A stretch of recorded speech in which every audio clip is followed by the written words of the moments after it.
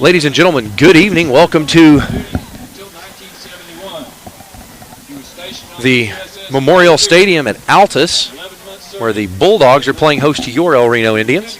And tonight is the Altus Bulldogs Senior Night. Altus is 1-8, having struggled throughout this season coming into the contest, but certainly not to be overlooked. Winds are gusty out of the south at 18, with gusts into the mid to upper 20s from time to time.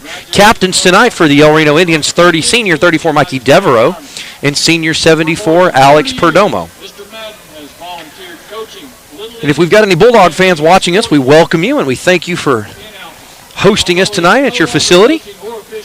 In this historic facility built during the Works Progress Administration, the brickwork says WPA 1940. In its heyday, this was a state-of-the-art stadium, significant historical value, and we're about a mile and a half west of the fine folks at Altus Air Force Base. So for those who have served or are serving, we thank you very much for your service. And with the clock nearing 30 seconds to play before kickoff, the captains head to the big A logo there. Now, a little bit of an atypical position for you tonight. Normally we're up in the press box on the home side. Tonight we're on the back row of the visitors' bleachers. Gave us a little better look based on the options we were given. These older stadiums aren't inherently built for video broadcast, but we're going to make do with the options that they gave us, and they've played wonderful host to us. So big thanks to Randall Kaufman and all the folks at Altus Athletics for their hospitality so far. As the white hat shows the coin, the heads and tail sides of the coin to the players. El Reno's as the visiting team will have the right to choose. And they've made their decision as heads or tails. The guest captain makes the flip. El Reno has won the toss. We suspect they'll defer their decision to the second half, and they do. That's going to give Altus the decision to kick or receive. We suspect they're going to receive the football. And Altus is going to elect to receive it. As you're watching your screen, from your right to your left, winds are blowing from the left to the right, so they're going to start the game with the wind at their back, but at the first quarter change, with the wind in their face, at the first quarter change, we're going to flip to the wind at their back. Although as I speak, the flag has gone from standing nearly straight out to much calmer. A few gusts here and there. When we arrived earlier, the flags all around the stadium were standing straight out. The flags have softened some as the wind has died down. El Reno at 3-3 in district play looks to finish on the winning side of the district contest. And here come the Indians. The Indians take the field. Led by number 1, Davon Smith, 14, Cade Mayo, and 74, Alex Perdomo.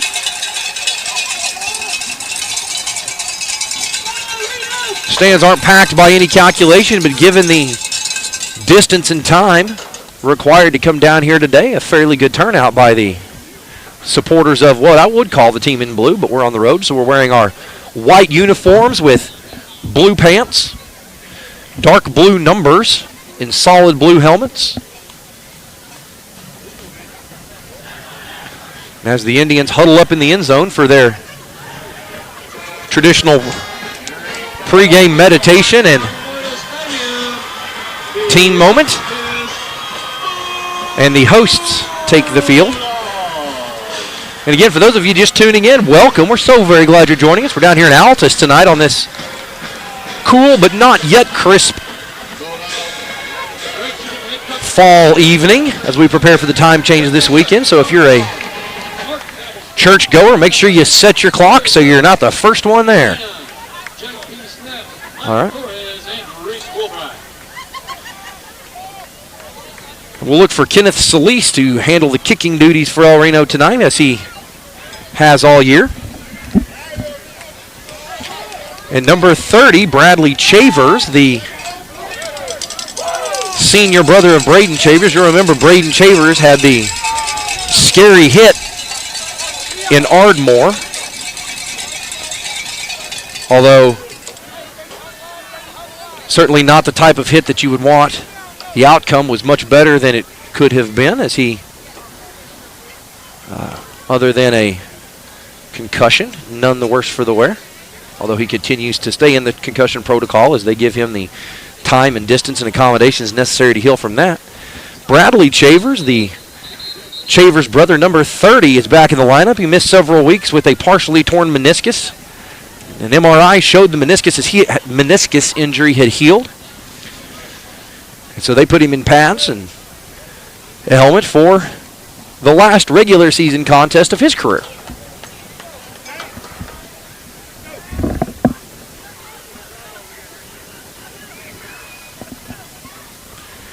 On to handle the kicking duties, 22, Kenneth Solis. Or if you're a Solis fan and it's soulless, I apologize. Certainly never my intent to get the name wrong.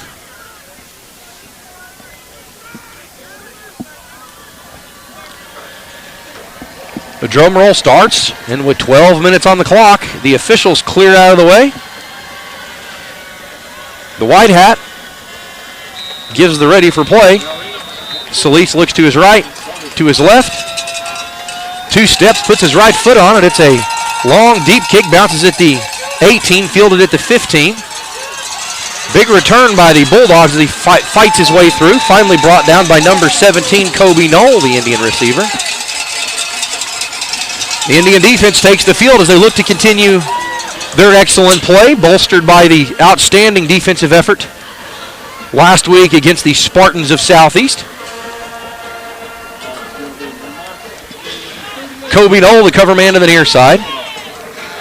Number 11, Leighton Everhart, the cover man to the far side. 13, Juno Klingcole, and 14, Cade Mayo.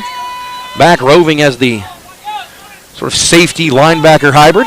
It's a handoff, and the running back is hit immediately at the line of scrimmage and driven back. He's going to go down for a loss of 1. 74, Alex Perdomo, one of a series of Indian tacklers then on the play. After getting a stop on 1st and 10, El Reno looks to continue winning the battle in the trenches. 2nd down and 11 upcoming.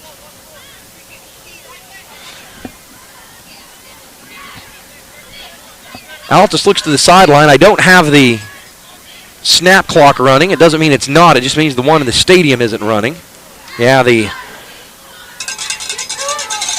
miscommunication. Looks like it was supposed to be a handoff that was a misplay. That's going to go as a big run, finally forced out of bounds. Kobe Knoll, the Indian defender who forced him out of bounds, he's going to get coached up by the official. Trying to eliminate the trash talk. And that goes down for a 1st down into El Reno territory. Altus looks to the sideline. They take the audible. Altus quarterback wearing number 4 comes over to make his adjustments at the line. Don't have a play clock for you tonight. That time it's a handoff right up the middle, but stuffed immediately. Number 71, Ryan Sigler, and number 5, Xavier Devereaux, the Indians in there on the play. And that's going to go down as a loss of 2. 2nd down and 12 upcoming.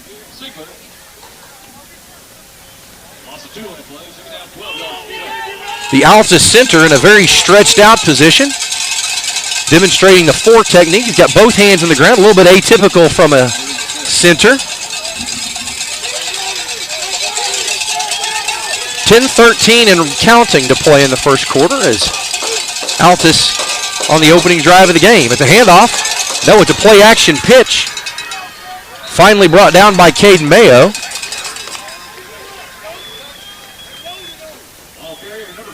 It's going to bring up 3rd down and a long one. Call it 3rd down and 2 after the gain of 10. And as has been the trend so far, they line up in their base formation. Half the offense runs to the sideline to get a play call, and they're back under center. Quarterback takes the under center. They put a man in motion. And that's going to draw the defense off sides, and the yardage is going to result in a 1st down. 5-yard mark-off takes the ball inside the 35-yard line. They're going to mark him. They're going to mark after the mark-off. Ball's going to be spotted, at the 34-yard line.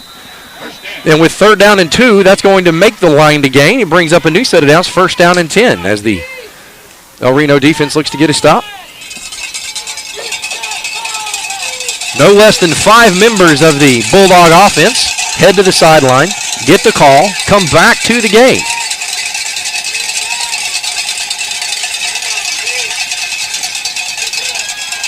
So read kept by the quarterback. The first read to hand it to the running back would have gone nowhere, and the second read to give it to himself wasn't much more successful. In fact, they're going to score that as a loss of 1. 2nd down and 11. Inside 9 minutes to play in the first quarter. We're all tied up 0 apiece as Altus is on the opening drive of the contest. The El Reno defense looks to get a stop.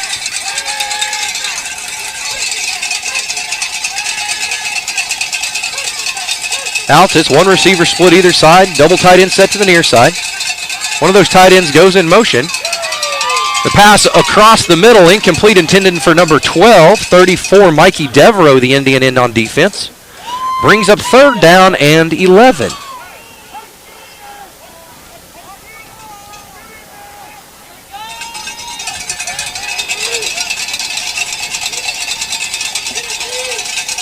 Clock stops at 8:29 to play in the first quarter on the incomplete pass. El Reno looks to get a stop on 3rd down and 11 as Altus is on the opening drive of the game. Ball spotted at the 35-yard line of the Indians. 1 receiver to each side. They put the double tight end in set. Quarterback drops. He looks to his right, throws to his right, and a diving interception attempt made by Cade Mayo, incomplete. 4th down and 11 upcoming. We'll see if Altus is going to go for it, if they're going to punt or attempt the long field goal. And it looks like they're going to bring on their punt unit. Opportunity for the Bulldogs here to pin the Indians deep and give the offense a tall task as the 3 running back rotation looks to get back to action. The ball spotted at the 35-yard line. The punter standing at the 47-yard line.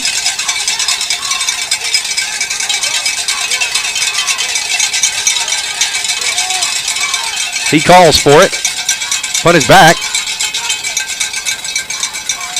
1-footed punt's going to take a Altus bounce, and it's going to be downed inside the 5-yard line.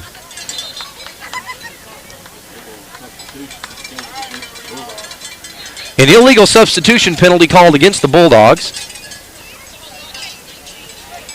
And it looks like El Reno will have the choice to, looks like illegal shift, called against Altus. And based on where the ball went out of bounds inside the 5, El Reno is going to accept that penalty. They're going to mark Altus back from the 35 to the 40, make him re-kick. We'll see if El Reno is able to do much with the re-kick attempt here. The punter standing now just on his side of the 50 at his own 47. He went from the El Reno 47 to his own 47. Oh.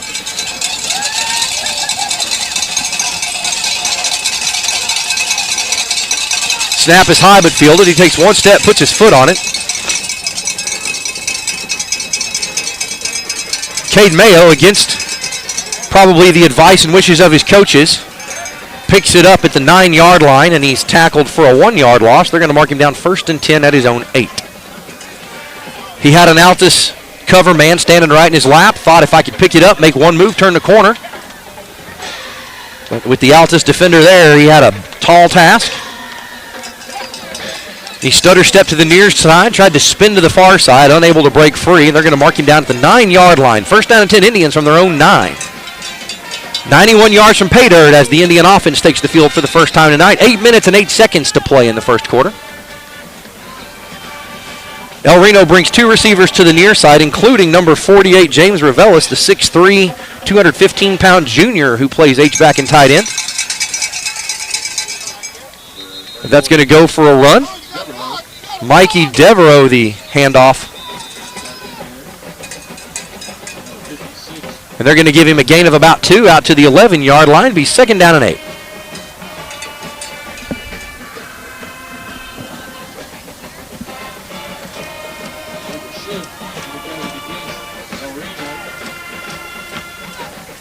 And El Reno's going to be penalized in some capacity for an illegal shift. And it should be a half the distance penalty. They should mark it at about the 5-yard line, and they do. So it'll be, they're going to replay first down as a result of that penalty. It's going to bring up first down and a long 14. 7:59 to play in the first quarter. We're all tied up at 0 apiece as the Indian offense is on the field for the first time tonight. Well, picked up a penalty on the first offensive snap of the game. Kobe Knoll, the receiver to the near side. Number 6, Elijah Fisher. And number 18, King Samad, the receivers to the far side. Quarterback takes the snap. It is a handoff. He fights his way forward. Mikey Devereaux, the ball carrier. He gets back to the, call it the original line of scrimmage. It'll be 2nd down and 10 after the pickup of 5 by Devereaux. King Samad comes to the sideline. Kobe Knoll, the isolated receiver to the near side. Trips to the far side with Davon Smith, James, I'm not sure if it's Revels or Revelis in any event. James is out there. And number 6, Elijah Fisher, the outside receiver of the Trips. Roman Nose takes the snap, looks to his right, rolls to his right, throws to his right. That pass intended for Kobe Knoll.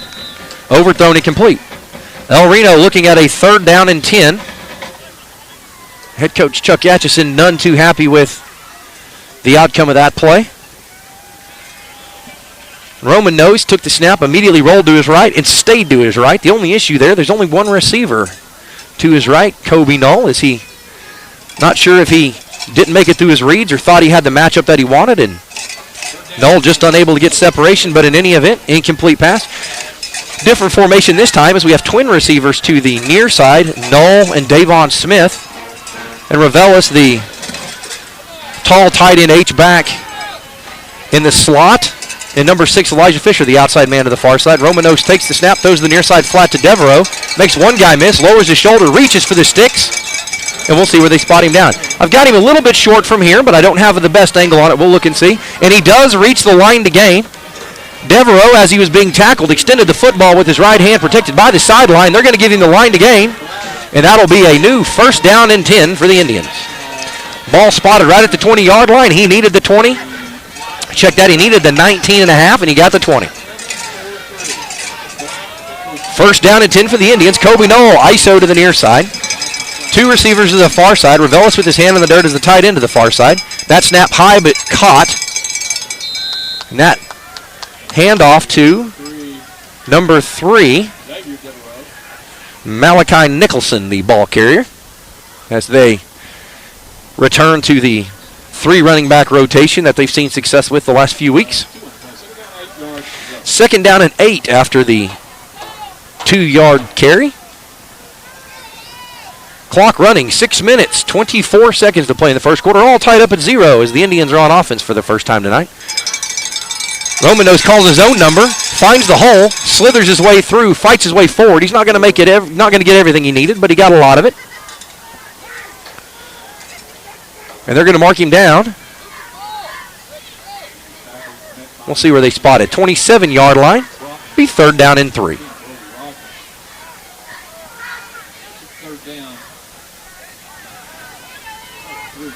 Third down and 3. Ball spot at the 27. They need the 30 to move the chains as El Reno facing their 2nd 3rd down this possession. 2 receivers to the near side, Davon Smith and Kobe Knoll. 2 receivers to the far side, Elijah Fisher, James Revels. Handoff to Malachi Nicholson. Splits the defense. And he got the yardage that he needed and then some. That's going to move the chains for another El Reno Indian 1st down.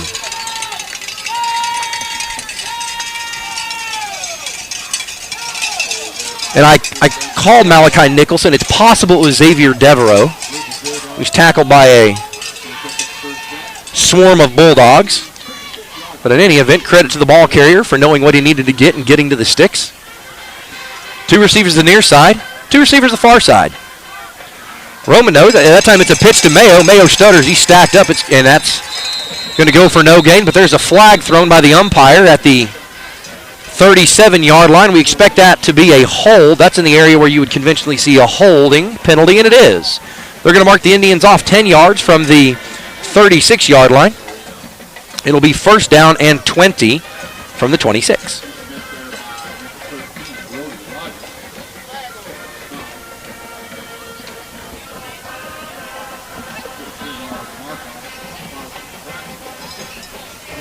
And they place it down. It'll be first down and 20 for the Indians, from the 26-yard line, from their own 26-yard line. 5:15 to play in the first quarter. All tied up at 0. Neither team having much success so far in picking up chunk yardage, but so far El Reno's converted 3 first downs as they look at 1st and 20 after the holding penalty. Roman Nose calls his own number, fights through a series of tackles, finds a seam, fights his way forward. As they rip for it, he keeps 2 hands on the ball, and a late flag comes in. Could be a face mask here based on the way that flag went down. And it is going to be a face mask penalty against Altus. They're going to tack on an additional 15. It is a personal foul penalty, a face mask against the Bulldogs. It's going to be a 15-yard penalty from the end of that run, the spot of that foul, which is the 36, so that should take it out to near midfield. In fact, I believe it'll take it to the El Reno 49. Check that, the Altus 49. And that's exactly where they take it. First down and 10 El Reno, having crossed midfield. A big 16-yard run, followed by an additional 15-yard penalty. Results in effectively the first chunk play for either team tonight. First down and 10 for the Indians, 4:40 and counting to play in the first quarter. We're tied up at 0 apiece as the Indians are on their first offensive drive of the evening.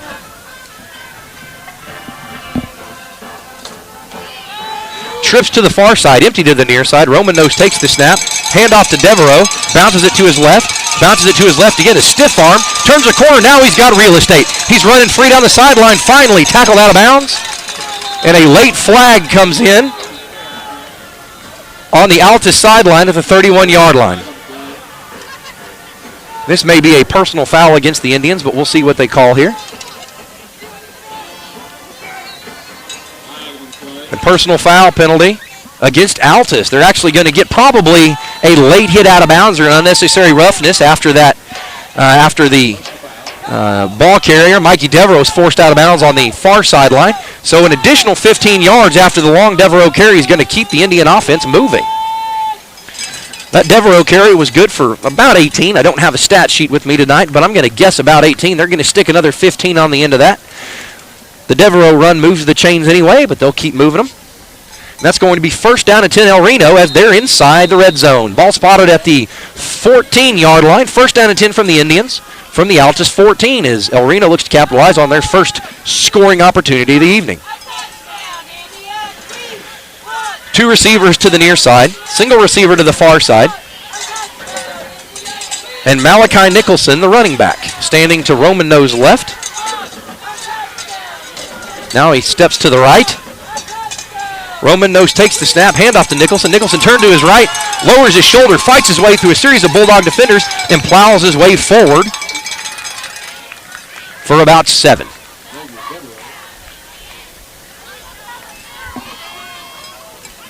Three minutes and 30 seconds to play.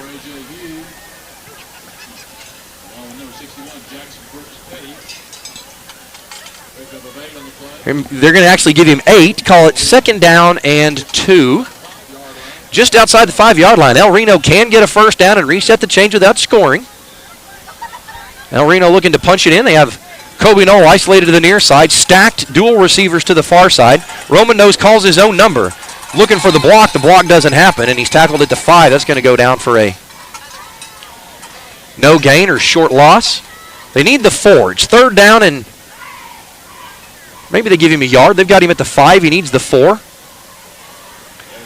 So gain of 1. Call it third down and 1 from the 4. 3 feet away from moving the sticks. And although it seems simple from our perspective, this is some of the toughest football to be played. The playbook gets narrower. You don't have a lot of room to run your receivers. It becomes a battle of the big fellas in the trenches. We'll see who's able to win the battle this matchup. Roman Nose handed off to Mayo. Mayo fights his way forward. He's going to get the line to gain.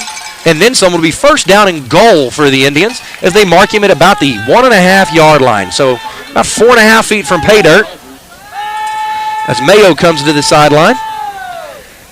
Clock continues to run as we near 2:20 to play in the first quarter. Elijah Fisher comes to the sideline. El Reno brings in a power package. They bring in some of their bigger body blocking tight ends and H-backs as they have a trips stacked to the near side. And Mikey Devereaux in the Wildcat calls his own number, going to run right up the middle for an Indian touchdown. The direct snap to Wildcat snap, to Mikey Devereaux, is in for the first touchdown of the game. El Reno leads 6-0 after the Devereaux keeper. And Kenneth Solis on to attempt the PAT. And his holder will be number 1, Davon Smith. Minute 58 to play. El Reno strikes first, leading 6-0 on the about 6-minute drive. They took possession with 8 minutes and change. We're just under 2, so we're about 6.5 minutes of possession time there. Snap back, ball down, kick on the way. And the Kenneth Solis kick is good. After the Solis conversion, El Reno leads 7-0. You're watching Indian football on ElRenoIndians.tv. We'll be right back. Right now for more information. Team up with Pioneer iVideo and start streaming the most popular TV shows and movies from your favorite devices today. Download the iVideo app and start watching anywhere in your home using Pioneer Internet. Each package includes free high-definition and cloud DVR features like video on demand, Restart TV, and Replay TV, just in case you forget to record a program. Visit GoPioneer.com for more details and compatible devices. Some restrictions apply.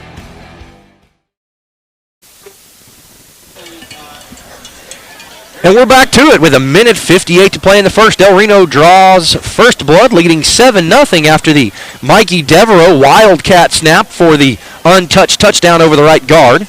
Kenneth Solis converted the PAT. El Reno leads 7-0 down here in southwest Oklahoma. Solis tees it up at the 40-yard line. The officials clear. White hat gives the ready for play. Solis looks to his left, to his right. 2 steps. It's a high short kick, this time fielded on the run at the 20-yard line. Altus looking for another big return. He's got 18, 19. He's got 20, about 21 yards on the return. We'll see where they mark him. They're going to mark him right at the 40. That'll be a 20-yard return after the high, short Solis kick was fielded on the run at the 20. Return man ran basically straight forward, and for those of you who follow Indian football closely, you'll recognize this is the first real grass contest of the season for the Indians. They've played on the fake stuff, the artificial turf, all season. This is the first time they've seen real grass outside the practice field. First down and 10 for the Bulldogs from the 40. It's a handoff. Running back fights his way through. He's stacked up in the secondary, continues to fight his way through. His forward progress finally stopped after a gain of 2. Check that, make it a gain of 3. Second down and 7 upcoming.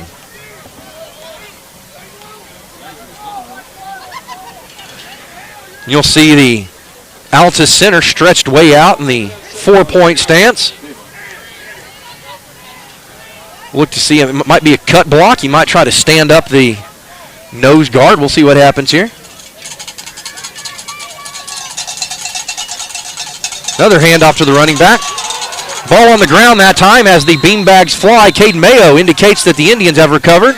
And the Mikey Devereaux comes out of the bottom of the stack with the football.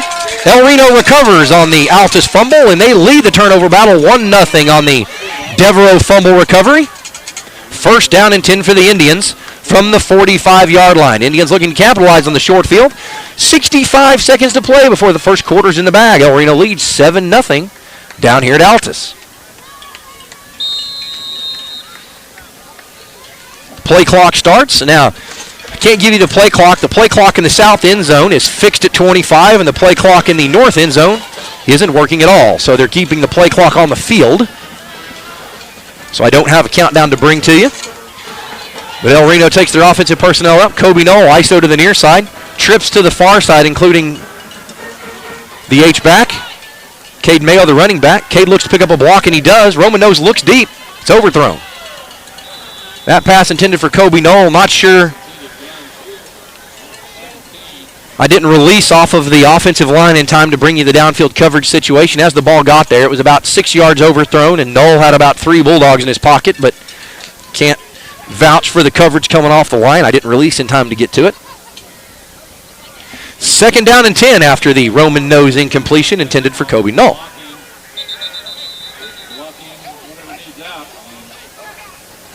Officials timeout on the field.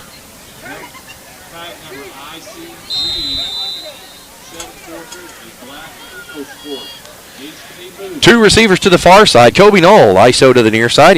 Single running back in the backfield, I'm sorry. The running back is Mayo. He takes the handoff, fights his way forward, spins his way forward inside the 40. Mark him down at the 39-yard line. That'll be a gain of 6. 3rd down and 4 to come for the Indians with 45 seconds to play in the first quarter. They are going to have to snap it one more time before the clock gets to 0.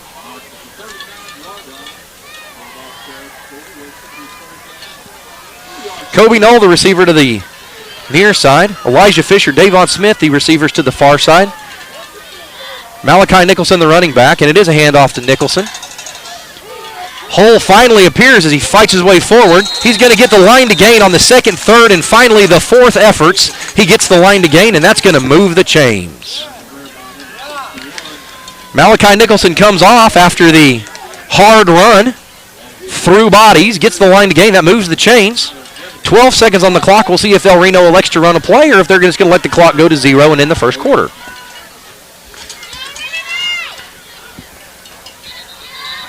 Flags fly. And that's going to be an offsides penalty called against Altus. That's going to mark them off 5 yards.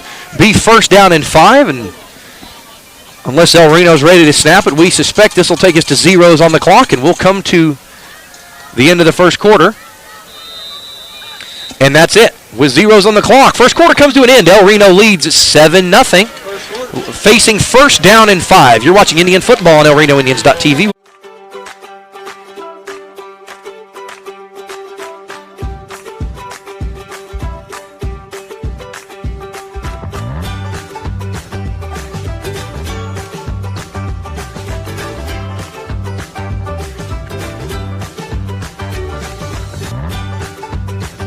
Stream with Oklahoma's #1 high school streaming service, Squirtle.tv. Find out more at squirtle.com/stream. At Maples Nixon Diesel Horse, we've helped a lot of people, and our goal was to treat each and every person like a friend. And as a friend, we've got your back, always. We understand what you're going through. Being lawyers is what we do, but it's not all that we are. We care. We'll stand beside you throughout the entire legal process, not just as lawyers, but as your friends. And we're back to it. The chains have flipped ends. El Reno looking at 1st down and 5 after the offsides penalty brought the first quarter to an end. El Reno leads 7-0 down here in the thriving metropolis of Altus, Oklahoma, home of Altus Air Force Base.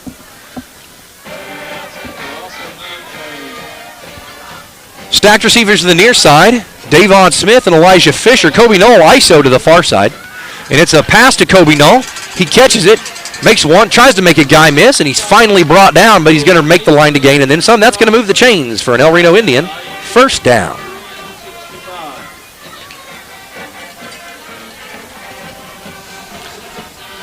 First down and 10 as he's marked down at the 19. 1st down and 10 for the Indians from the 19. Stacked receivers to the near side. Kobe Knoll ISO to the far side. Romanos takes snap, calls his own number. Patient run, finds the hole, fights his way forward. Finally stacked up and then pushed backwards, but he's going to get credit for the forward progress. Looks like a gain of about 9. I show it as 2nd and 1, but I got a flat angle here from where we're seated tonight. I show 2nd down and 9 with the ball spotted right at the 10-yard line. 11 minutes to play before the half. El Reno leads 7-0 against the host Bulldogs of Altus.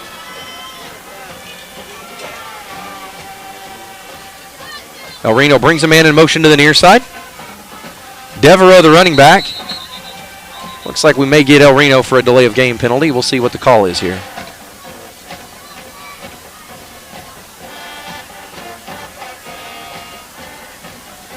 Timeout called. Officials timeout. Looks like there may be blood on the jersey of Evan Roman Nose, or perhaps a displaced contact lens of some kind. Cooper Park, the backup quarterback, getting the call. Roman Nose is going to have to come off for a play for some reason. We'll try to bring you an update as we get it, as he heads over to get looked at by the head trainer, Alex Bray. And it could have been his helmet popped off. Not terribly sure. We'll see. But in any event, Cooper Park on in relief. Two receivers to the near side. Kobe Knoll and isolated to the far side. Davon Smith, Elijah Fisher to the near side. Devereaux, the running back. Park takes snap, hands it to Devereaux. Devereaux fights his way forward, lowers his shoulder, and he's into the end zone for an Indian touchdown. Devereaux on his second running touchdown of the night, that time on the handoff by Cooper Park. El Reno leads 13-0 as the one-point conversion kicking team comes on to attempt the 1 point after. Davon Smith to hold, Kenneth Solis to kick. He puts his tee down at the 10-yard line, takes 3 steps to the rear, 3 steps to the left. Snap back is low, ball down, and the flag is down. Play is stopped. An offside penalty called against Altus. I actually believe that's probably a neutral zone infraction with one of the linemen or the edge rushers lined up in the neutral zone. It's not a penalty until the ball is snapped. At the time the ball is snapped, El Reno elects to decline the penalty. They're going to kick it from the same place. Ball still spotted at the 3. Solis takes his 3 back and 3 to the left as he awaits. Snap back, ball down, kick on the way. And that kick is good. The Kenneth Solis conversion increases the Indian lead 14-0. 10:33 to play in the first half. You're watching Indian football on ElRenoIndians.tv. We are Maples, Nix, and Diesel Horst, and we are here to help.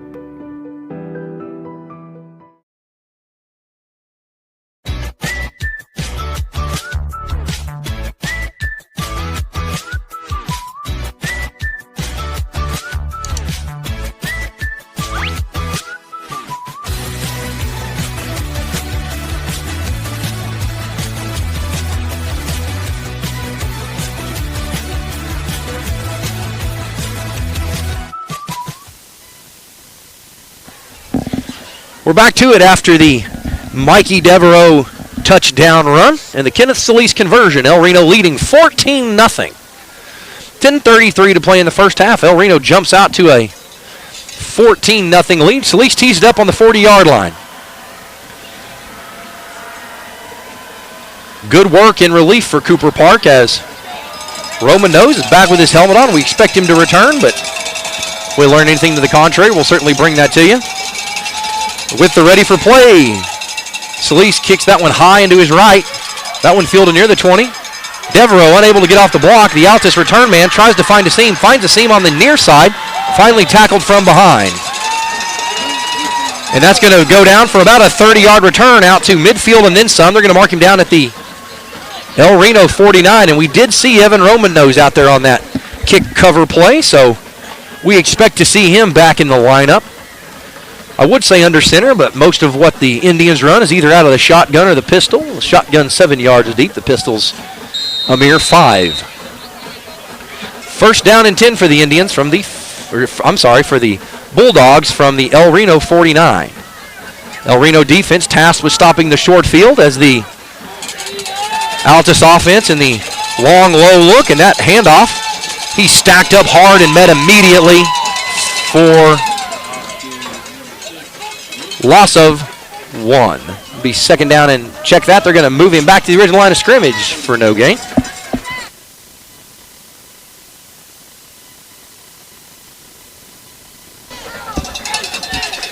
Second down and 10 upcoming for the Bulldogs. Inside 10 to play in the first half. El Reno leading 14-0 down in Altus.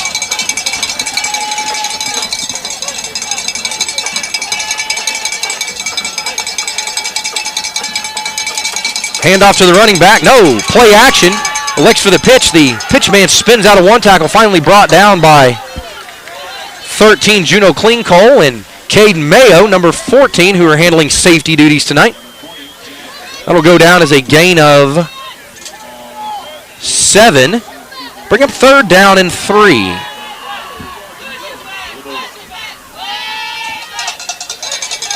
Indians defense looking to get off the field after Altus starting with the short field from the El Reno 49. Third down and 3, ball spotted at the 42.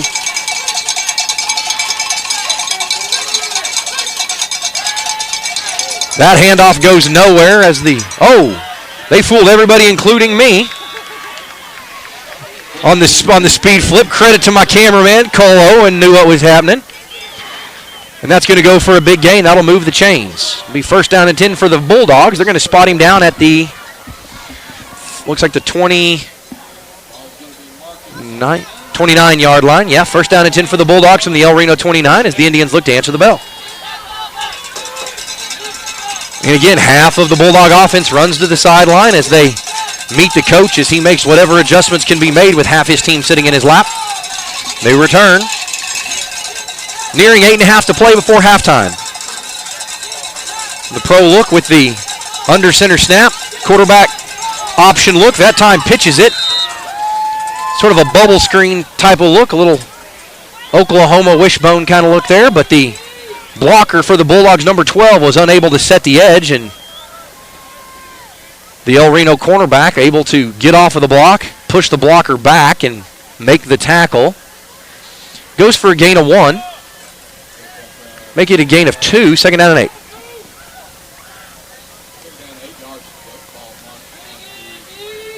Eye discipline important by the El Reno linebacking core, not getting hung up on all the fancy movements, the fakes, the pitches, the play actions. Staying disciplined, staying with the ball, knowing where the ball's going. That one's handed off to the running back. He fights his way forward and dives inside the 25, mark it the 23. Actually, they're going to give him the 24. They're going to say his knee hit before he made that last dive. Be third down and about 4. It'll actually be third down and scoreboard show 6. I'll give them 6. I don't have a great angle on the sticks from where I'm sitting right now. So I'll give the scoreboard the benefit of the doubt.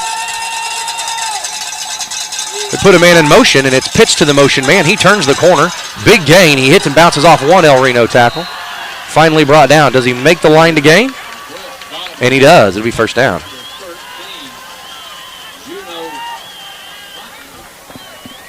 Juno Klingcole, the Indian in there on the tackle. Altus showing a little razzle-dazzle. Lots of motion, lots of movement, lots of options and looks out of this set. As the El Reno linebacking core tasked with sorting through the mess and reading the ball and being in the right place at the right time to make the play. That time it's just a straight handoff, and he runs hard into the El Reno secondary. We stacked up and tackled straight down by number 3, Malachi Nicholson, and number 5, Xavier Devereaux. Inside, 6.5 to play before halftime. El Reno leads 14-0, but with the ball inside the 20, Altus threatening for the first time tonight.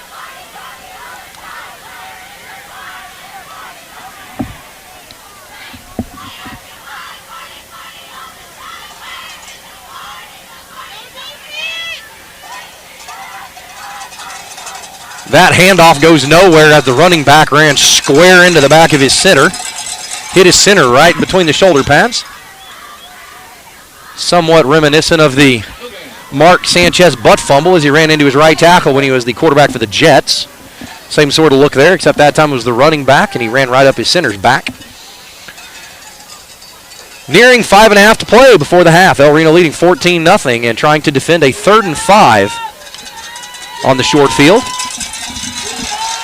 And we'll see if that movement, and it did draw the Indians offside. That's going to be a 5-yard mark-off. We'll see what it does to the chains.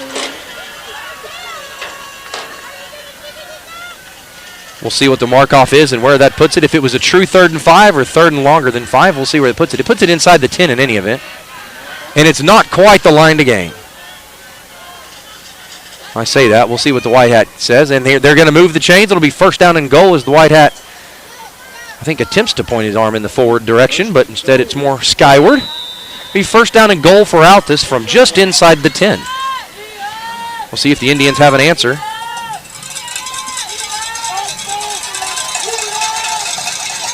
Still not sure I see the wisdom in the methods of audibling and finalizing play calls, but that's not what they pay me for.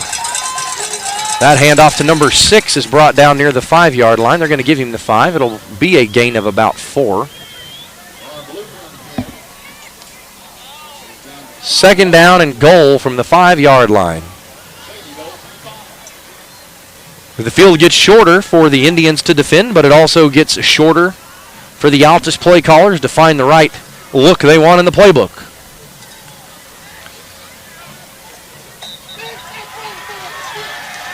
And El Reno's going to be penalized again with another 5-yard mark-off. They're going to penalize that one on number 5.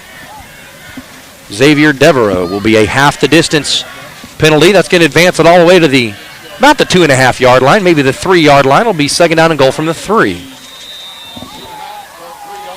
As we near 4.5 to play before halftime. Altus threatening. Hard surge stacked up near the goal line. We'll see where they mark him.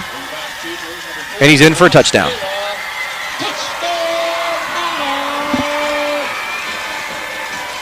El Reno defense struggling so far tonight. They got a stop on the first possession, and they got a quick turnover on the second possession that resulted ultimately in touchdowns on the first 2 possessions, but unable to get the stop on the third possession. El Reno leads 14-6 as Altus is on to attempt the PAT.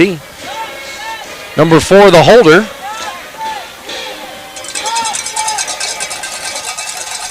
Snap back ball down. El Reno brings pressure from the edge. Almost get there, but not in time, and the kick is good.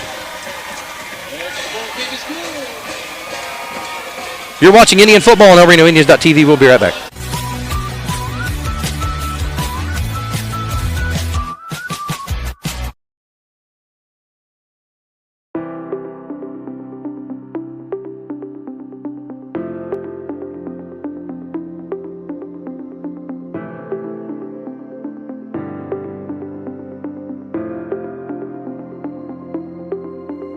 Is it time for your school or business to purchase a new phone system? Give the experts at Versatile Networks a call. In most cases, we can provide a phone system with brand new phones for less than your current monthly bill.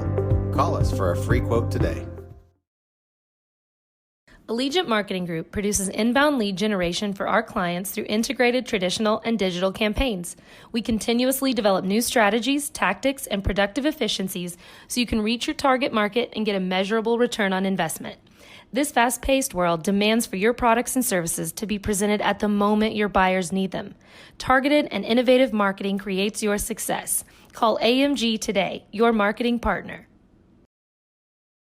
Dr. Matt Dieselhorst at Dieselhorst Sports and Orthopedics can help you get game day ready. Dr. Dieselhorst works with athletes of all ages, taking a coordinated approach to accelerate return to play and maximize athletic performance. His work with pros in sports training, injury prevention, bracing, functional rehabilitation, and imaging works seamlessly with his medical and surgical expertise. We're back to the action as Altus is set to kick off. After that touchdown, it's a high short kick, fair caught. And fair caught at the 32-yard line by number 3, Malachi Nicholson. It'll be first down and 10 for the Indians. Inside 4.5 to play before halftime. First drive for the Indians was about 6.5 minutes. The second drive was a lot shorter. It started with a lot shorter field. The first drive they converted, having started on their own 9-yard line as they went 91 yards to score. Second time they took over after the Mikey Devereaux fumble recovery at the Altus 45, so they only were 45 yards from pay dirt as they were able to punch it in for the second time on the Mikey Devereaux run. 4:27 to play before the half. El Reno leads 14-7. 2 receivers to the far side. Davon Smith and Cooper Park, the backup quarterbacks, lining up as the outside receiver to the near side. Hand off to Malachi Nicholson. He fights his way forward. Nearly out to the line to gain. We'll see.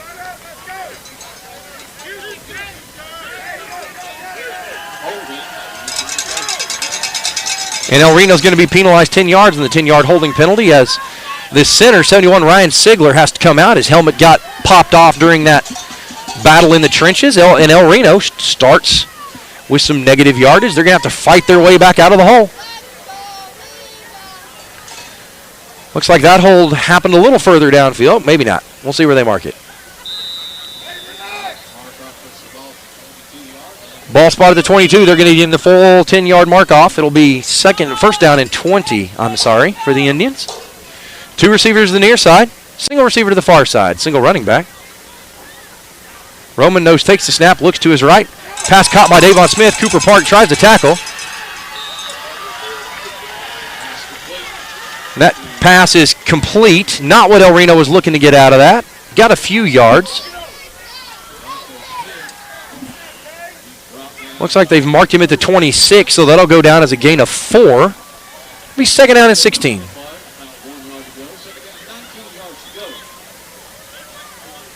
Yeah, the press box is having trouble reading yardage. They call it second down and 19. The ball's actually spotted at the 26. They started the drive on the 22. It's actually second down and 16 after the 6-yard gain. Nicholson takes the pitch, and he dances the tightrope down the sideline. He's going to get to the original line of scrimmage and then some. He's going to advance the ball all the way out. They're going to finally mark him out of bounds at the 38-yard line. Big run by Malachi Nicholson to bring up third down and about 4 for the Indians. They're going to mark him out of bounds at the 37-yard line. Be third down and 4. The Altus spotters and I are just going to disagree all night, and so it goes. Roman nose drops, rolls to his right, pocket collapses, throws across his body to Kobe Knoll, who catches it at midfield, and he's going to get down at the Altus 49-yard line. Scramble drill pays off. I'm not sure that was originally part of the route tree, but you take him how you can get him. A good passing catch by Roman nose, to Kobe Knoll, who is in that sweet spot between the safeties and the linebackers. Cooper Park lines up as the outside receiver to the lone receiver, to the near side. 2 receivers to the far side. Devereaux, the running back. Wild snap. Roman Nose tries to scoop it up and make something of it, and he just falls on it to prevent the turnover. But that's going to go down as a big loss. Score that as a loss of about 12. It'll bring up roughly second down and 22. And it's actually going to bring up second down right at 20. They're going to give him exactly a... Nope, they are going to give him a 14-yard loss. It'll be second down and about 24. Cooper Park, the near side receiver. 2:15 and counting before the half. Now Reno looks to punch it in one time before the whistle. Roman nose rolls to his right, throws to his left. It's a bubble screen to the big boy, James Revels. Revels turns the corner, lowers his shoulder, fights his way forward. Does he get the line to gain? We'll see where they mark him. They're going to mark him fourth down, but it's going to be fourth and very short. Expect Del Reno to go for it as the down box man comes sprinting down the sideline to reposition. It's going to be fourth down and very short for the Indians. They're showing fourth down, but by my count, I've got third down, although the near side official was marking it third down. It's going to be, or was marking it fourth down. I show third down, and it is, in fact, third down. Hand off to Cade Mayo to his right, back to his left, and that's coming back on a hold.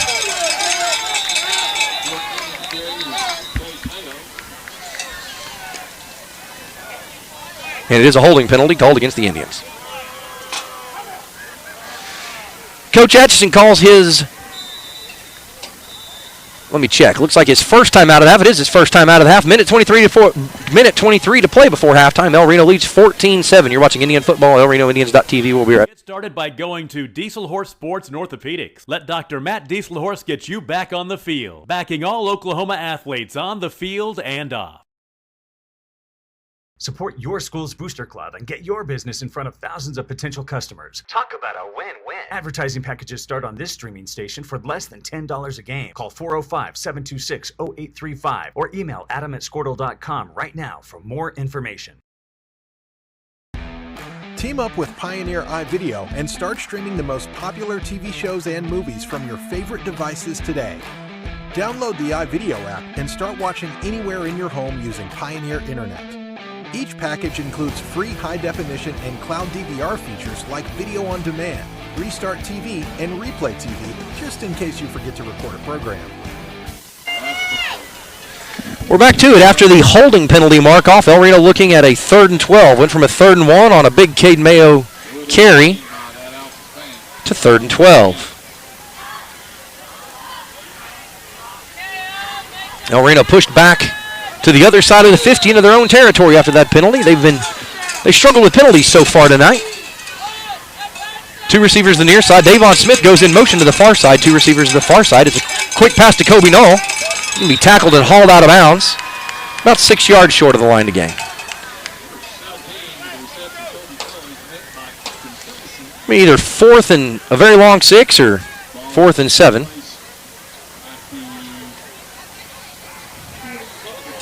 The call comes in from the formation comes in from the sideline, and then the call. And we'll see if inside a minute to go, clock running, 50 seconds to play. El Reno's going to try and convert the 4th down. It's a snap to Roman, knows he drops, looks, pass to Mikey Devereaux. Devereaux tries to give the stiff arm. He's not going to get there as he's hauled down. The El Reno coaching staff yelling for a face mask. Coach Atchison out asking the umpire where the flag for the face mask was. Officiating crew decided they didn't see it. I'm not sure I saw it either. I think it was a good open field tackle. They got Devereaux by the outside edge of the shoulder pad, right out near the numbers that are up on the shoulders of the jerseys. Twisted him against his direction of travel and slung him down. Ball goes over on downs. El Reno leading 14-7. 39 seconds to play in the half.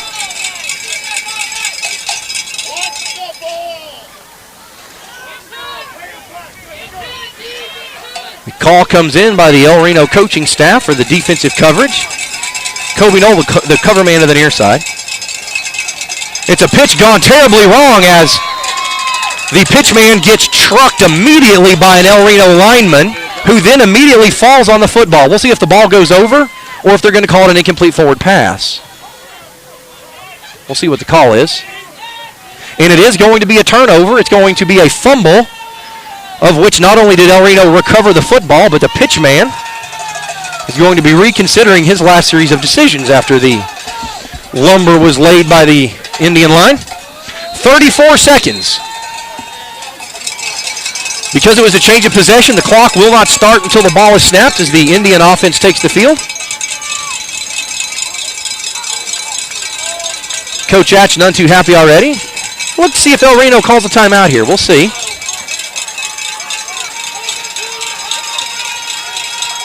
Roman Nose takes the snap, looks to his right, pumps, pocket collapses, rolls to his left, throws to his left, pass intended for Kobe Knoll. Knoll trying to come back, and a late flag comes in by the back judge. That's going to be a defensive pass interference against the Bulldogs. That'll be a 15-yard penalty from about the 43, so that ought to take him near the 20-yard line. It'll be 1st down and 10 for the Indians. And the pass was a little bit underthrown into the inside of Kobe Knoll as he tried to make the correction to come back. The Altus defender grabbed a whole handful of jersey and said, you know what, this will work. And they send it back to the umpire, who's going to mark off the 15 yards that were assessed by virtue of the pass interference flagged against the Bulldogs. Be 1st down and 10 Indians. 28 seconds to play in the half. And this can be 1st down and 10 Indians from about the 33.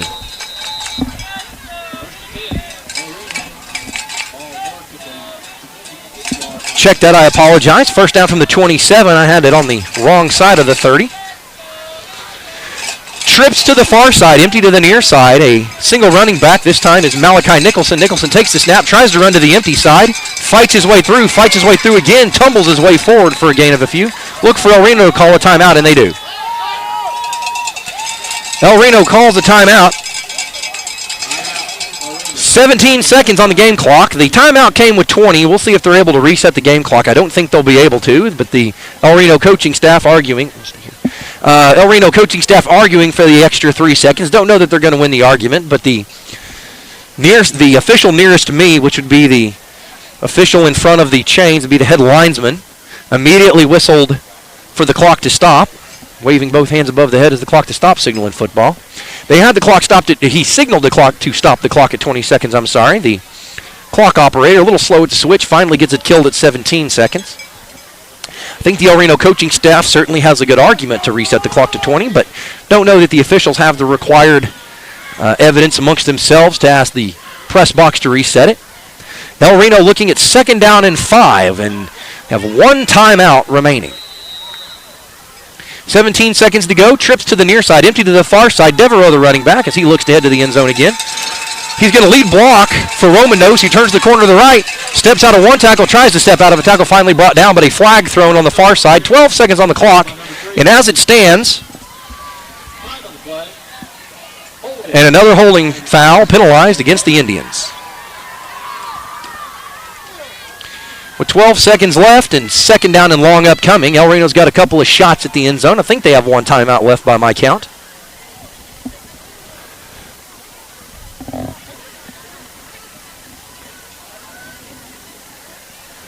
"12 seconds left. El Reno trying to punch it in one more time before the half. El Reno leading 14-7, and they're trying to get the 2-for-1. They're slated to receive the ball in the second half down here in Altus. Timeout on the field called by El Reno. 9 seconds to play before the half. El Reno calls their third and final timeout of the half. 9 seconds remaining. El Reno leading 14-7.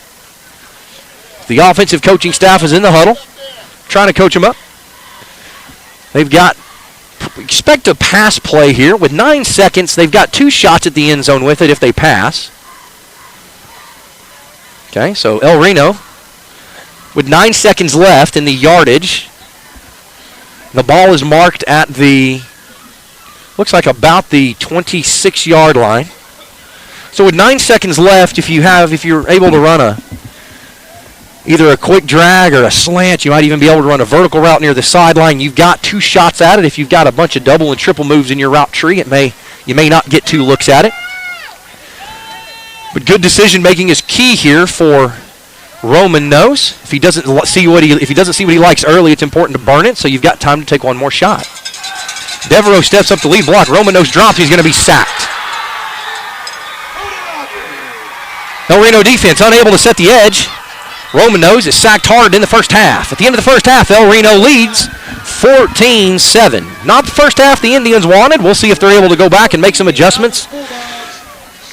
See if they're able to pitch a defensive shutout in the second half. You're watching Indians football on elrenoindians.tv. We'll see you back in about 20 minutes. Visit gopioneer.com for more details and compatible devices. Some restrictions apply.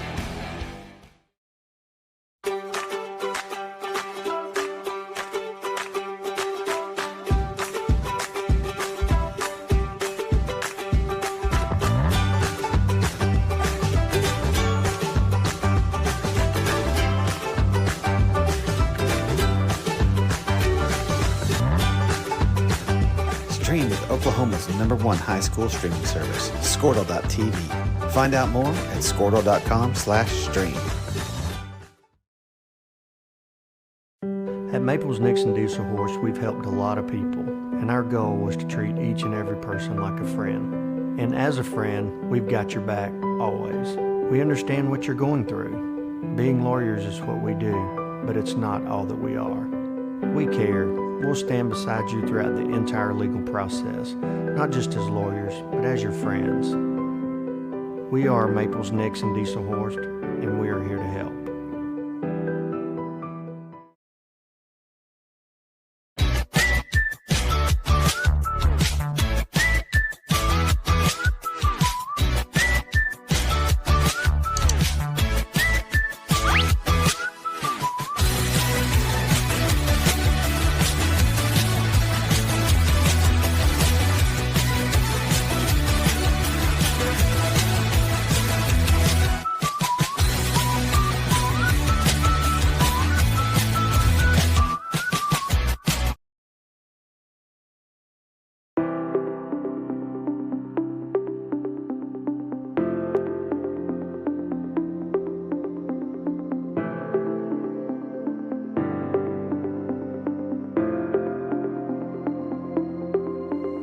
Is it time for your school or business to purchase a new phone system? Give the experts at Versatile Networks a call. In most cases, we can provide a phone system with brand new phones for less than your current monthly bill. Call us for a free quote today. Allegiant Marketing Group produces inbound lead generation for our clients through integrated traditional and digital campaigns. We continuously develop new strategies, tactics, and productive efficiencies so you can reach your target market and get a measurable return on investment. This fast-paced world demands for your products and services to be presented at the moment your buyers need them. Targeted and innovative marketing creates your success. Call AMG today, your marketing partner. Dr. Matt Dieselhorst at Dieselhorst Sports and Orthopedics can help you get game day ready. Dr. Dieselhorst works with athletes of all ages, taking a coordinated approach to accelerate return to play and maximize athletic performance. His work with pros in sports training, injury prevention, bracing, functional rehabilitation, and imaging works seamlessly with his medical and surgical expertise. Get started by going to Dieselhorst Sports and Orthopedics. Let Dr. Matt Dieselhorst get you back on the field, backing all Oklahoma athletes on the field and off. Support your school's Booster Club and get your business in front of thousands of potential customers. Talk about a win-win. Advertising packages start on this streaming station for less than $10 a game. Call 405-726-0835 or email adam@squirtle.com right now for more information. Team up with Pioneer iVideo and start streaming the most popular TV shows and movies from your favorite devices today. Download the iVideo app and start watching anywhere in your home using Pioneer Internet. Each package includes free high-definition and cloud DVR features like video on demand, Restart TV, and Replay TV, just in case you forget to record a program. Visit gopioneer.com for more details and compatible devices. Some restrictions apply.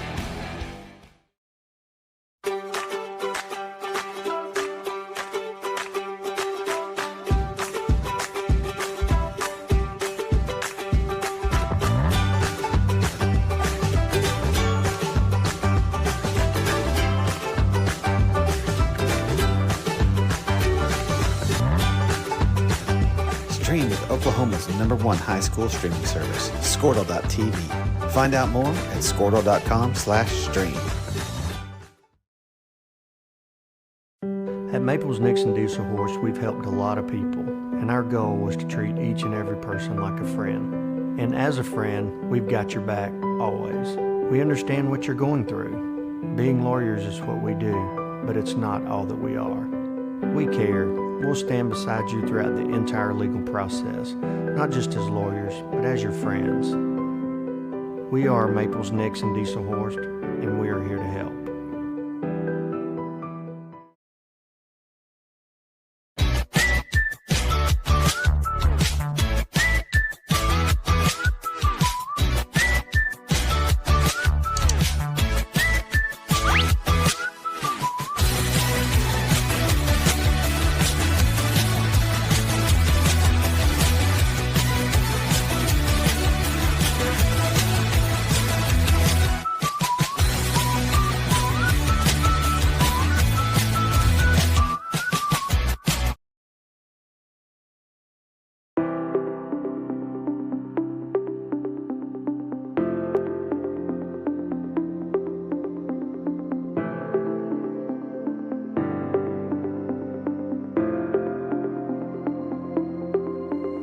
Is it time for your school or business to purchase a new phone system? Give the experts at Versatile Networks a call.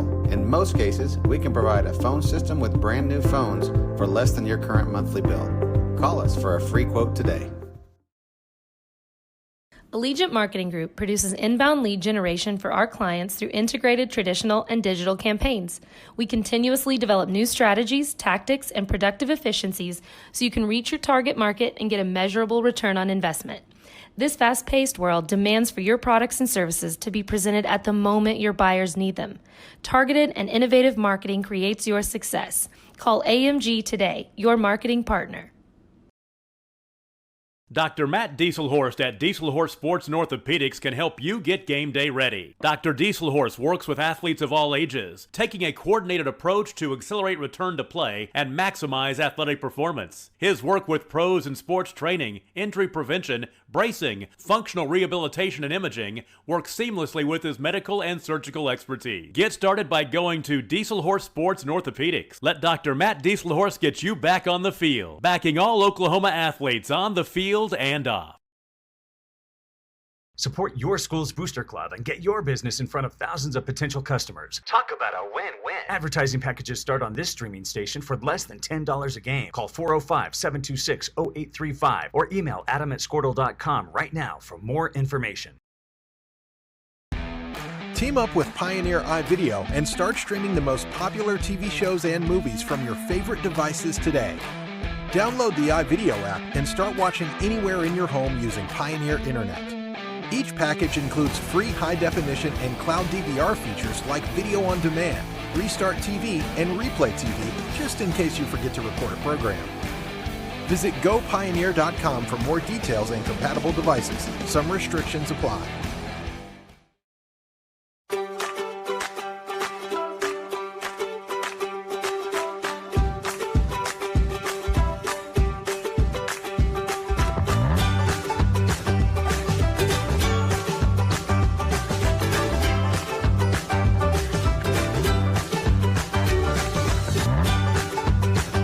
Stream with Oklahoma's #1 high school streaming service, Squirtle.tv. Find out more at Squirtle.com/stream. At Maples Nixon Diesel Horse, we've helped a lot of people, and our goal was to treat each and every person like a friend. And as a friend, we've got your back always. We understand what you're going through. Being lawyers is what we do, but it's not all that we are. We care. We'll stand beside you throughout the entire legal process, not just as lawyers, but as your friends. We are Maples Nixon Diesel Horse, and we are here to help.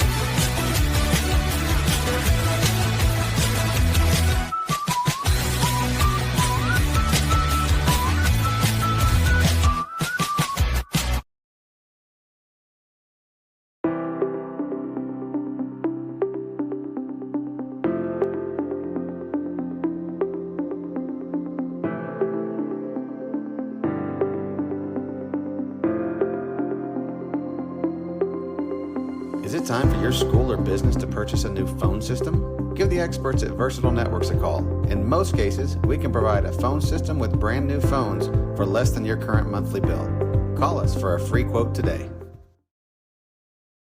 Allegiant Marketing Group produces inbound lead generation for our clients through integrated traditional and digital campaigns. We continuously develop new strategies, tactics, and productive efficiencies so you can reach your target market and get a measurable return on investment.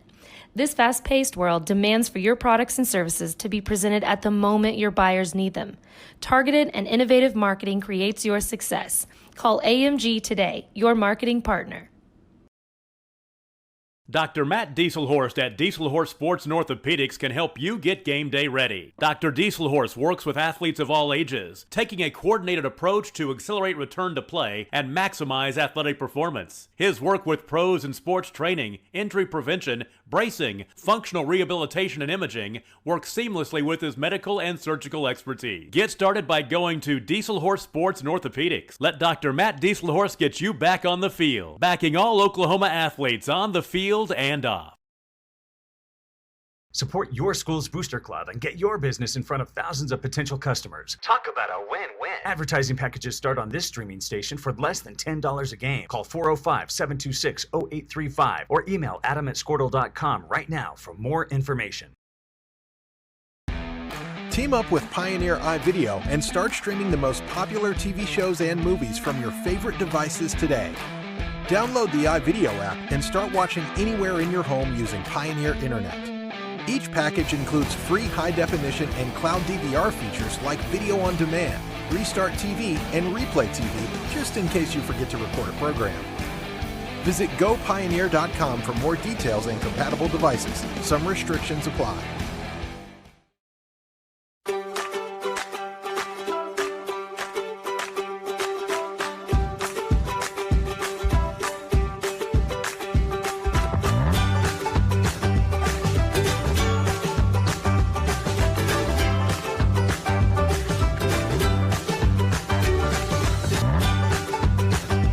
Stream with Oklahoma's #1 high school streaming service, Squirtle.tv. Find out more at Squirtle.com/stream. At Maples Nixon Diesel Horse, we've helped a lot of people, and our goal was to treat each and every person like a friend. And as a friend, we've got your back always. We understand what you're going through. Being lawyers is what we do, but it's not all that we are. We care. We'll stand beside you throughout the entire legal process, not just as lawyers, but as your friends. We are Maples, Nix, and Dieselhorst, and we are here to help.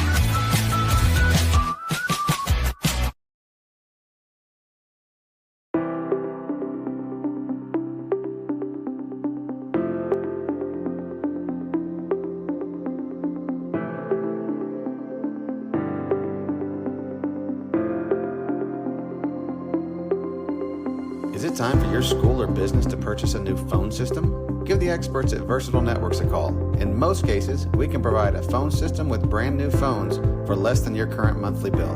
Call us for a free quote today.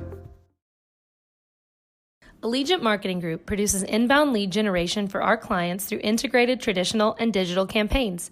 We continuously develop new strategies, tactics, and productive efficiencies so you can reach your target market and get a measurable return on investment.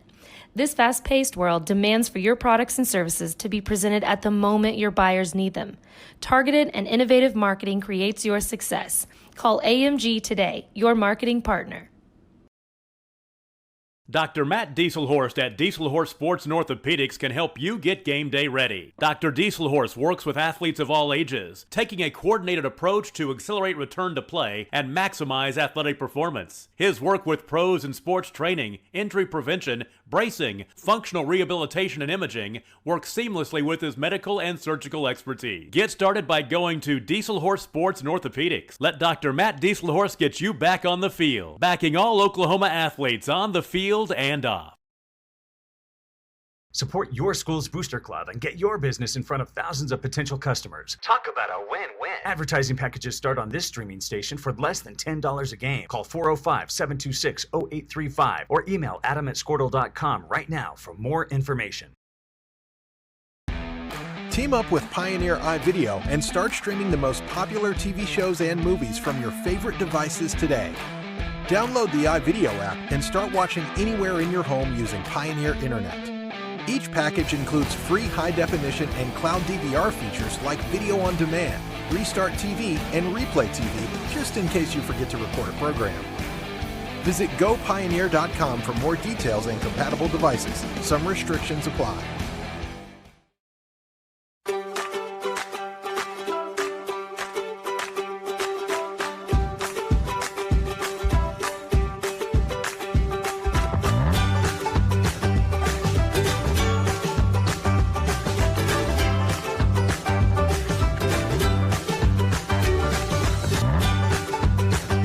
Stream with Oklahoma's #1 high school streaming service, Squirtle.tv.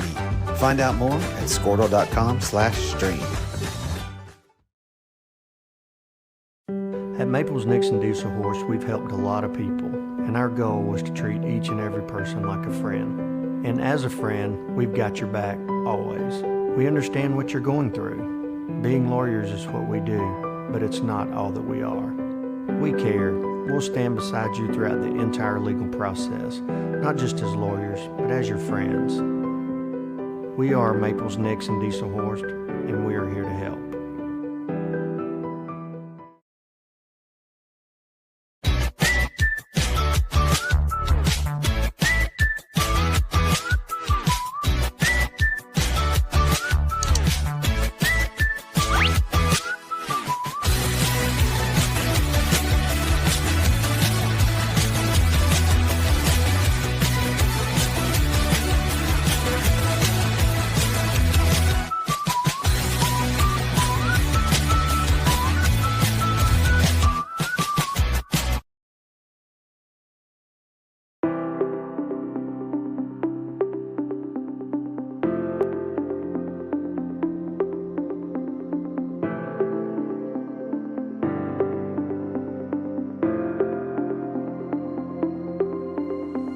it time for your school or business to purchase a new phone system? Give the experts at Versatile Networks a call.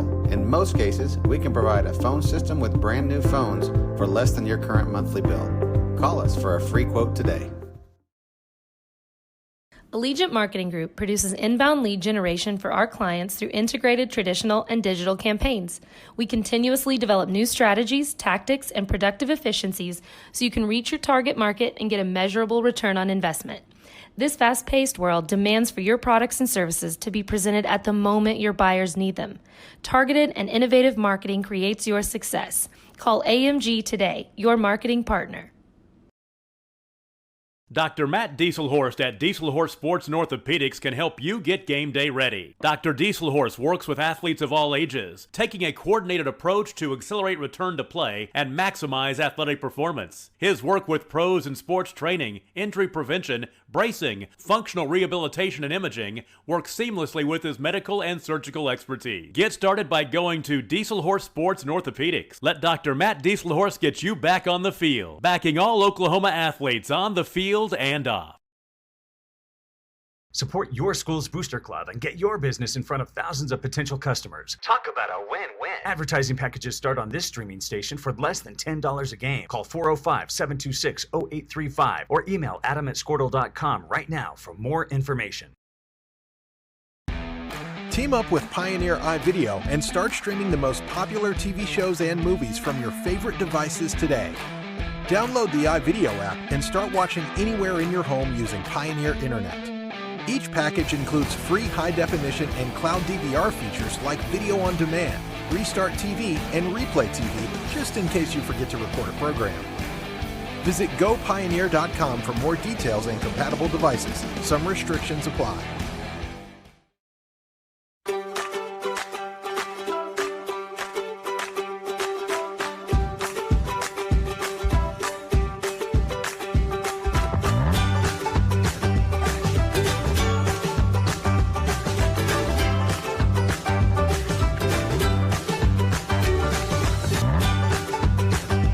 Stream with Oklahoma's #1 high school streaming service, Squirtle.tv. Find out more at Squirtle.com/stream. At Maples Nixon Diesel Horse, we've helped a lot of people, and our goal was to treat each and every person like a friend. And as a friend, we've got your back always. We understand what you're going through. Being lawyers is what we do, but it's not all that we are. We care. We'll stand beside you throughout the entire legal process, not just as lawyers, but as your friends. We are Maples Nixon Diesel Horst, and we are here to help.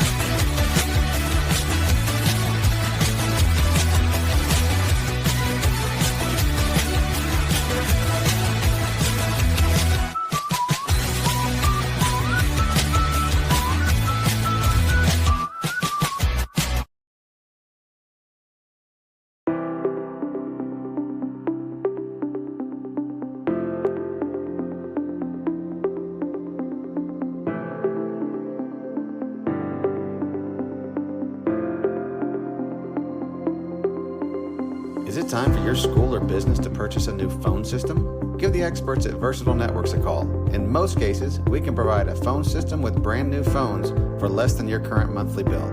Call us for a free quote today. Allegiant Marketing Group produces inbound lead generation for our clients through integrated traditional and digital campaigns. We continuously develop new strategies, tactics, and productive efficiencies so you can reach your target market and get a measurable return on investment.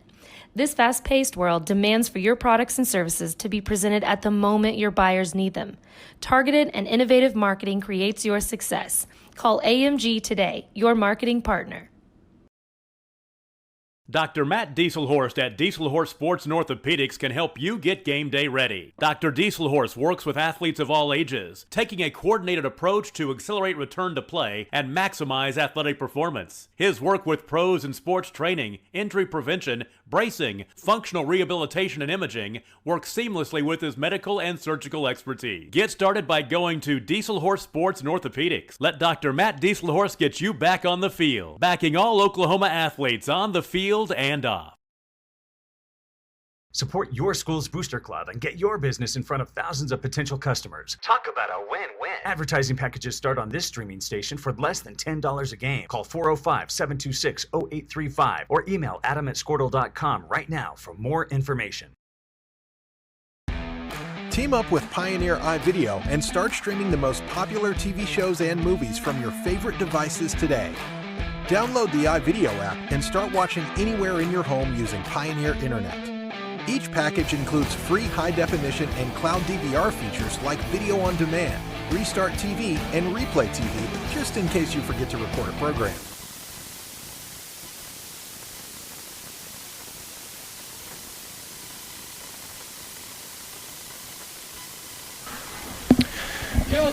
Welcome back as the halftime period draws to an end. El Reno set to receive the second half kickoff down here in Altus, Oklahoma, home of the Bulldogs. Not the first half El Reno won, although they managed to escape with a 14-7 lead. Defense started off strong. Offense had a couple of good possessions and then struggled since. But they've had 20 minutes to make adjustments, make changes to schemes and personnel groupings. Back deep to receive for the Indians, one Davon Smith, 34 Mikey Devereaux. An apologies to the Revelis family. James Revelis, number 48, the H-back / tight end. Mispronouncing the last name there, so if you're a James Revelis fan, my apologies. We'll make sure we get that corrected going forward. Whitehat gives the ready for play. High, short kick.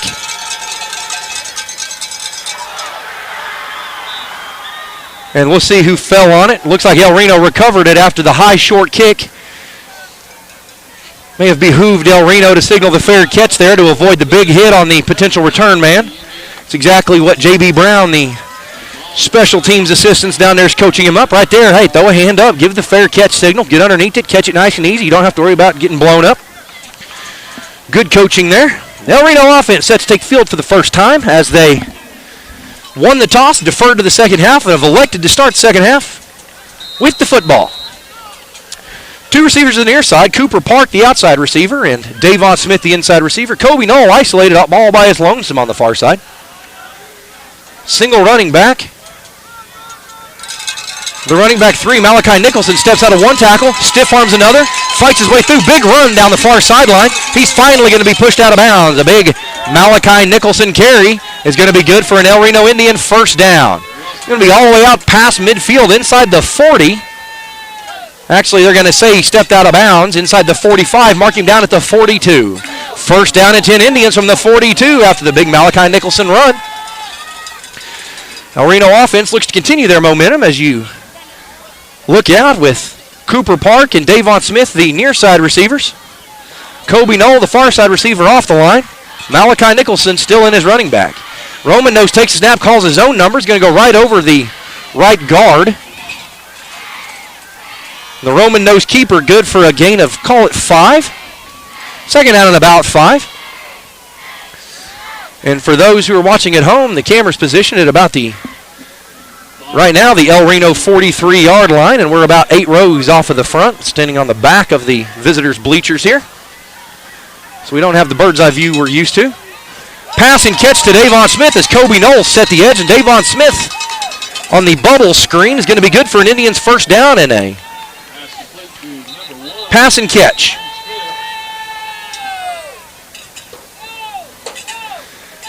The officials have stopped play. Looks like they're going to conference. We'll see what they have to say.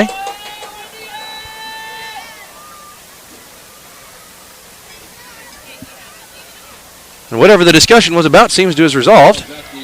And it is a first down. Inside 11 to play in the third quarter. El Reno leading 14-7 with a good offensive drive going. They look to continue the momentum.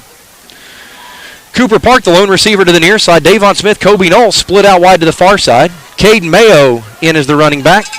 Handoff to Mayo to the right. Tries to turn it upfield. He's met by the Altus defense. Still fights his way forward for another yard or two. We'll see how much he gets out of it. Give him 2, maybe 2.5. Yeah, give him 2. Call it 2nd down and 8 after the Caden Mayo tote. And Cooper Park, the outside receiver to the near side. Davon Smith, the inside receiver to the near side. Kobe Knoll isolated by himself to the far side. Caden Mayo, the running back. James Revelis, the tight end to the near side, to the far side, sets the edge, and Mayo tries to back his way forward. And he's going to go down for a loss of a yard. We'll see where they spot him. As it marks right now, it's 3rd down and 7. I call it 3rd down and 7. Mayo comes to the sideline, and Mikey Devereaux on in relief. The call comes in as El Reno in their base formation with Kobe Knoll isolated to the far side, which is also the short side in this position with the ball on the far side hash. Cooper Park and Davon Smith split out to the near side. Devereaux, the lone running back, standing to Roman Nose right. Roman Nose takes it, hands it to Devereaux. Devereaux right over the middle, cuts to his left, back to his right, fights his way forward. There's a flag. It could be a hold, could also be a face mask. And we'll see what the call is here. An illegal block in the back penalized against the Indians. That's going to be a 15-yard mark-off. I thought the hand signal given by the white hat was an illegal block in the back, but the booth saw it as a hold. In any event, it's going to penalize the Indians as the penalty bug continues to be a problem even early in this second half. These are what Dave Hunziker, voice of the Oklahoma State Cowboys, calls drop-dead penalties, where you start in the red zone, and then after the penalty, it pushes you out of the red zone. And 3rd down and 12 as El Reno looks to climb the down and distance mountain and keep the offensive momentum moving. Roman Nose drops, has lots of time, throws, incomplete, intended for James Revelis. 4th down. And based on this field position, it's a little too close to punt, a little too far to kick the field goal. So we'll see if El Reno attempts to convert the 4th and very long, and they could also call the sort of squib kick, where they line up in formation, the quarterback takes it and puts a quick right boot on it.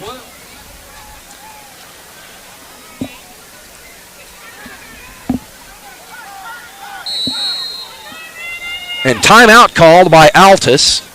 Nope, check that. Timeout called by El Reno. 9:08 to play in the 3rd quarter. El Reno leads 14-7 as they try to stop this offensive drive from stalling, facing 4th down and 12. We'll be right back. You're watching Indians football. Visit GoPioneer.com for more details and compatible devices. Some restrictions apply.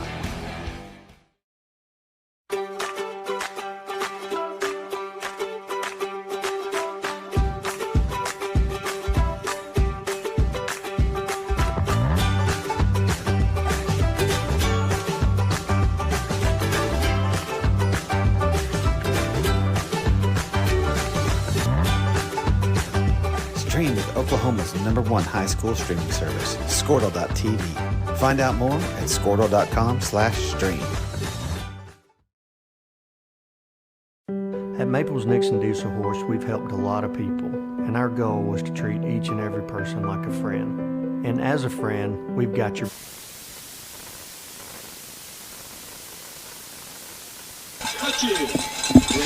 And we're back to it as El Reno facing 4th down and 12. In sort of that no-man's land area. Trips to the near side, empty to the far side. Devereaux, the running back. Park takes the snap, play action. Roman Nose, the quarterback. Looks deep, throws deep. He's got a man in the end zone. Pass falls incomplete. Nearly intercepted. And Kobe Knoll standing wide open about the 11-yard line saying, what about me? Knoll had the matchup he wanted. He had the isolation, and I think a pass to him may result in the very least a touchdown, or hopefully a touchdown, the very least a first down, but for whatever reason, the read didn't get him there. I don't know if Roman Nose maybe saw a matchup that he liked and decided to get rid of it before that matchup disappeared, or defense gave him a look he wasn't prepared for and wasn't able to make it all the way through his progressions, but in any event, incomplete.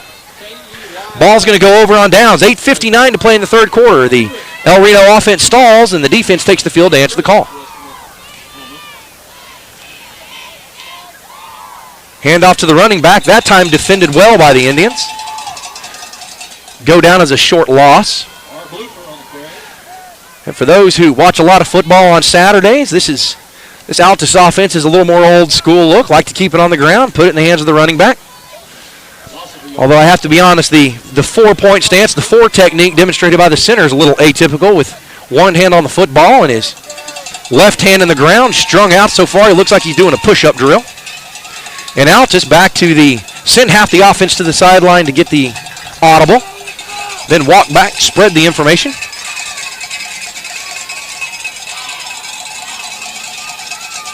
Altus looks to throw, and it's intercepted by Davon Smith. He tries to turn the corner. He does. Finally pushed out of bounds. It'll be first down and 10 as El Reno now leads the turnover battle 2-1. Check that, 2-0.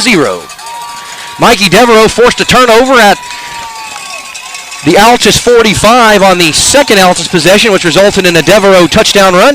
And Davon Smith read that route, sat back, baited the receiver and the quarterback into the pass and catch look, jumped the route, and took off down the near side sideline, where he was finally forced out of bounds, giving the El Reno offense another short field. We'll see if the El Reno offense is able to capitalize on the second short field opportunity of the evening, leading 14-7.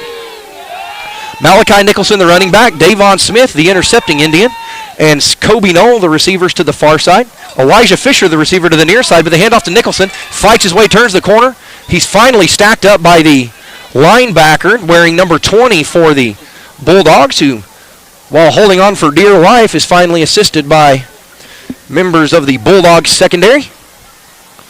That'll be a big run. Second down and 4 after the 6-yard tote by Malachi Nicholson.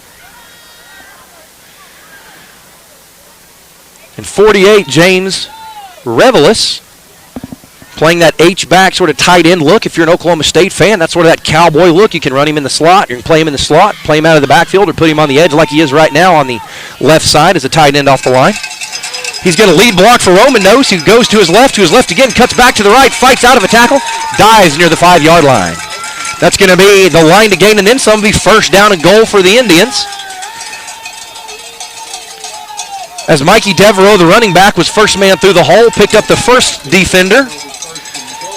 James Revelis was second man through the hole and picked up the deeper secondary defender. Allowed Roman Nose to hit the hole, bounced to his left. Slight step to his right, got running north and south, finally hauled down. A first and goal with the ball spotted at the 6-yard line. Handoff to Devereaux, cuts back to the middle, fights his way near the goal line. He leans back over the goal line. Is he in? And he is in. Check that. The far side official raised both hands, but the near side official raised one hand. They're going to say he was just a little bit shy. That's about as close to the goal line as one can get without sticking the nose across for a 6-point score. We'll see if they go right back to that look, that Devereaux power look. And this actually going to be a wildcat look to Devereaux. Backfield empty. Look for Devereaux to call his own number. Sends Davon Smith in motion. Snap is high, but right to Devereaux. Fights his way through, basically untouched into the end zone for an Indian touchdown. That wildcat direct snap to Devereaux right over the left guard increases the Indian lead 20-7. Kenneth Solis on to attempt the PAT. Davon Smith to hold.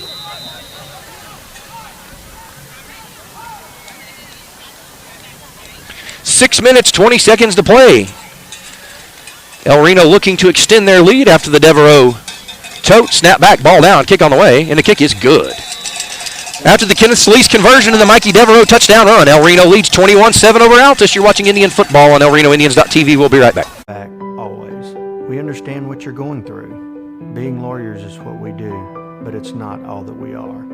We care. We'll stand beside you throughout the entire legal process, not just as lawyers, but as your friends. We are Maples, Nix, and Diesel Horst, and we are here to help.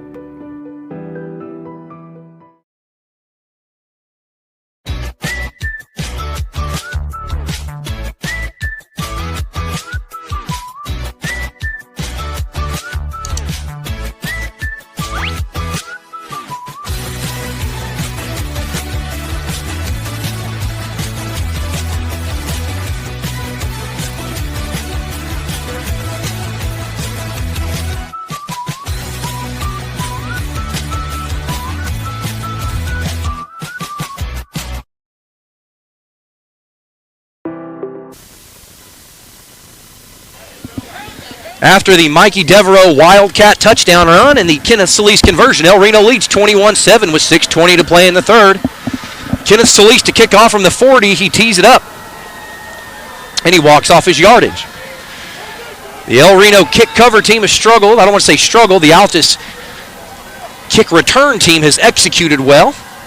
And we'll see where Solis decides to kick this one. Looks to his left and his right. 3 steps. He puts his foot on. It's a low bouncer, this time near the middle.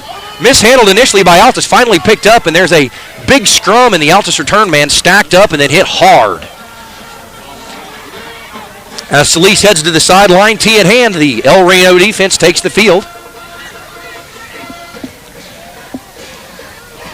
Davon Smith, last time out on defense, Davon Smith had the route jumping interception and the return inside the 25-yard line that set up the Mikey Devereaux Wildcat score. Davon Smith back on the field again, this time as the cover man for the near side receiver, or the near side outside receiver as the case may be, in this case the lone near side receiver. Single receiver each direction, stacked backfield with the offense strung out position-wise. That handoff goes up the middle for a gain of 7. Check it, make it a gain of 5, rather. He extended it, but they said his knee hit before the extension. 2nd and 5 upcoming. Mikey Devereaux, the lone linebacker, or the middle linebacker at least in this look. And Cade Mayo and Juno Clean Cole, his safety help in the 2 safety look. And the option pitch is scouted to perfection by the Indian defense. Pitchman number 29, tackled by a host of Indians, including Mikey Devereaux, number 34, and number 74, senior Alex Perdomo. 3rd down and 9 upcoming after the tackle for loss on the pitch gone awry. And the coach is giving the call to the defense to watch the ball. El Reno's had some issues being patient on the hard snap counts on 3rd down, having given up 3rd down conversions by virtue of 5-yard penalties earlier on at least 2 occasions in the first half. Coaches just want you to look at the ball and move when the ball moves. Pitchman turns the corner, does turn the corner. He's going to go for a big gain. We'll see how far out he makes it. Does he make the line to gain, or is he short of the line to gain?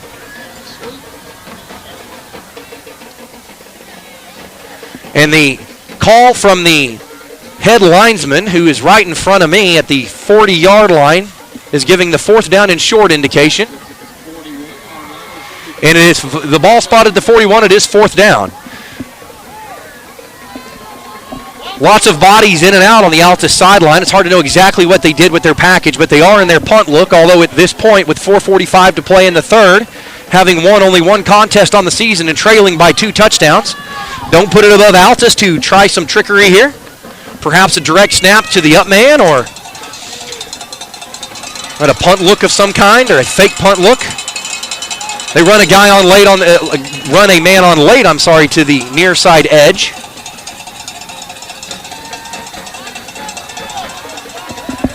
They try the hard snap. Ball is finally back, and it's over the punter's head. He's left scrambling for it, finally puts a boot on it. El Reno just clears out of the way, and whatever damage as a result of the punt, so be it. As Davon Smith looks at it, elects not to, and what could have been disaster for the Altus Bulldogs turns into a pretty effective flip of the field as the low rumbling punt bounces and rolls and tumbles and flips its way inside the 30. It's marked down at the 29-yard line. It'll be 1st and 10 for the Indians from their own 29. 4 minutes, 32 seconds to play in the third quarter. El Reno leading by 2 touchdowns, 21-7 over the host Altus Bulldogs. In his 4-year tenure, Coach Atchison has yet to see success at Altus. They dropped their first one here. Had 2 in a row at home, both of which were victories, and now we're on the road at Altus. Coach A looking to get his first win in Southwest Oklahoma. Trips to the near side. Outside man, Kobe Knoll on the line. The inside 2 receivers, 1.5 yards off. Empty to the far side. It's a handoff to Malachi Nicholson, the running back. He hits the hole hard downhill, stiff arms his way out of 1 tackle, tiptoes down the sideline, turns it back inside. It's a foot race to the end zone. We'll see if he's able to get there. Altus takes the angle, unable to get him, and that's going to go for a long Malachi Nicholson touchdown run. Touchdown, Indians.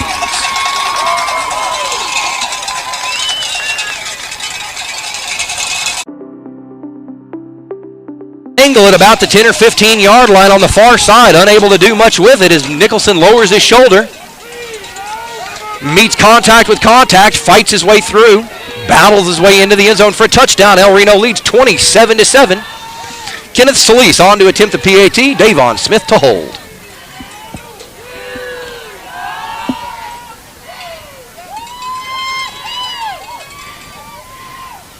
Snap back, ball down, kick on the way, and the kick is good.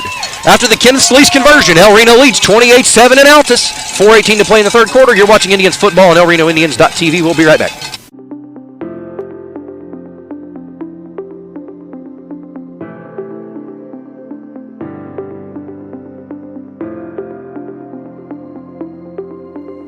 Is it time for your school or business to purchase a new phone system? Give the experts at Versatile Networks a call. In most cases, we can provide a phone system with brand new phones for less than your current monthly bill. Call us for a free quote today. Allegiant Marketing Group produces inbound lead generation for our clients through integrated traditional and digital campaigns. We continuously develop new strategies, tactics, and productive efficiencies so you can reach your target market and get a measurable return on investment. El Reno leading 28-7 with 4:18 to play in the third quarter. And the long Malachi Nicholson run as the El Reno kicking team takes the field to put the ball back in play, and Kenneth Solis to kick as he receives the ball at the 40-yard line. He's not required to kick it off the X. Instead, he takes it about 5 yards to the north or the far side of the X and tees it up about 5 yards off of dead center. 5 guys to either side. The white hat gives the ready for play, looks to his left, to his right. Another long, low bouncing kick that's muffed initially and then recovered by Altus as the Altus return man fights his way out near the 45. The El Reno special teams unit trying a couple of different looks tonight. Altus has a deep return threat. He's got speed, he's got quickness, and the ability to either fight his way through tackles or avoid tackles altogether and try and find open real estate. El Reno trying to avoid foot races and give up any cheap scores. 4:11 to play. El Reno leads 28-7 down here in Altus as Elijah Fisher heads to the sideline and the El Reno defensive unit takes the field. Juno Klingcole and Cade Mayo in at safety, or co-safeties in the sort of shallow cover 2 look, the 2-deep safety look. Mikey Devereaux as the linebacker. El Reno showing a shallow defensive secondary as they look to bring some pressure, and they do. It's a handoff, doesn't go very far. It's a couple. Call it 2nd down and 9 after the gain of 1. Drive will start at the 41-yard line. Make that the 42-yard line. The ball is currently at the 43. 2nd down and 9 after the 1-yard tote. Juno Klingcole about 14 yards off the line of scrimmage. Scoots into about 8 yards behind the line of scrimmage. Cade Mayo on the edge. Altus puts a man in motion. It's a pitch to the sideline man, and a hard foot race near the Altus sidelines, going to draw a flag as play made by Juno Klingcole, I believe. 13 it is, Juno Klingcole. We expect a 15-yard penalty here, possibly a late hit out of bounds against Klingcole. We'll see what the call is.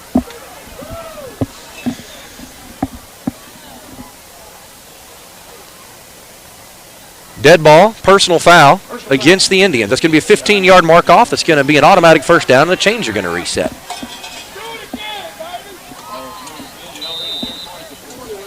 Ball's going to be spotted right at the 40. Went out of bounds at the far side 45 after the 15-yard mark off. Brings it to the El Reno 40.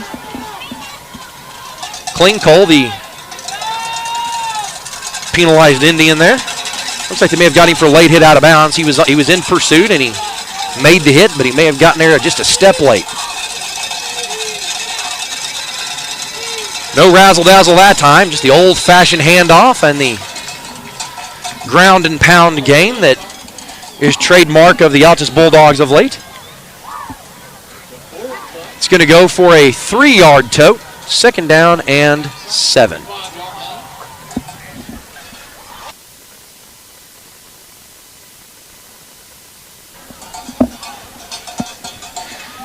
Second down and 7 upcoming. Single receiver to each side. Play action pass. Quarterback calls his own number into the heart of the Indian defense, and he's tackled. Mikey Devereaux in there on the play. Brings up 3rd down and short. Call it 3rd down and 1 as the Indians look to answer.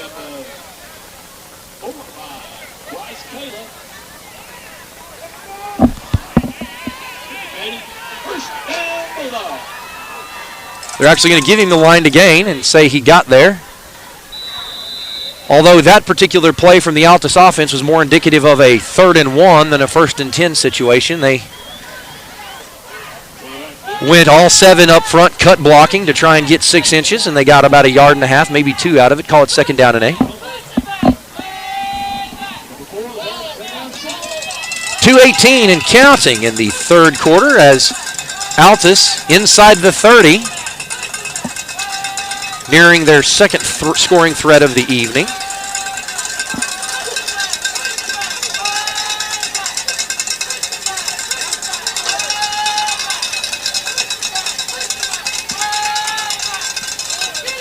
That pitch read perfectly and slung down by 34 Mikey Devereaux as his teammates on the sidelines recognize his efforts. Big tackle for loss by Devereaux. Brings up 3rd down and 12. Devereaux not fooled on that as the motion man came in distraction. Devereaux said, "No thank you, I know my obligations." Read the ball, saw the pitch, read the pitch, and made the play.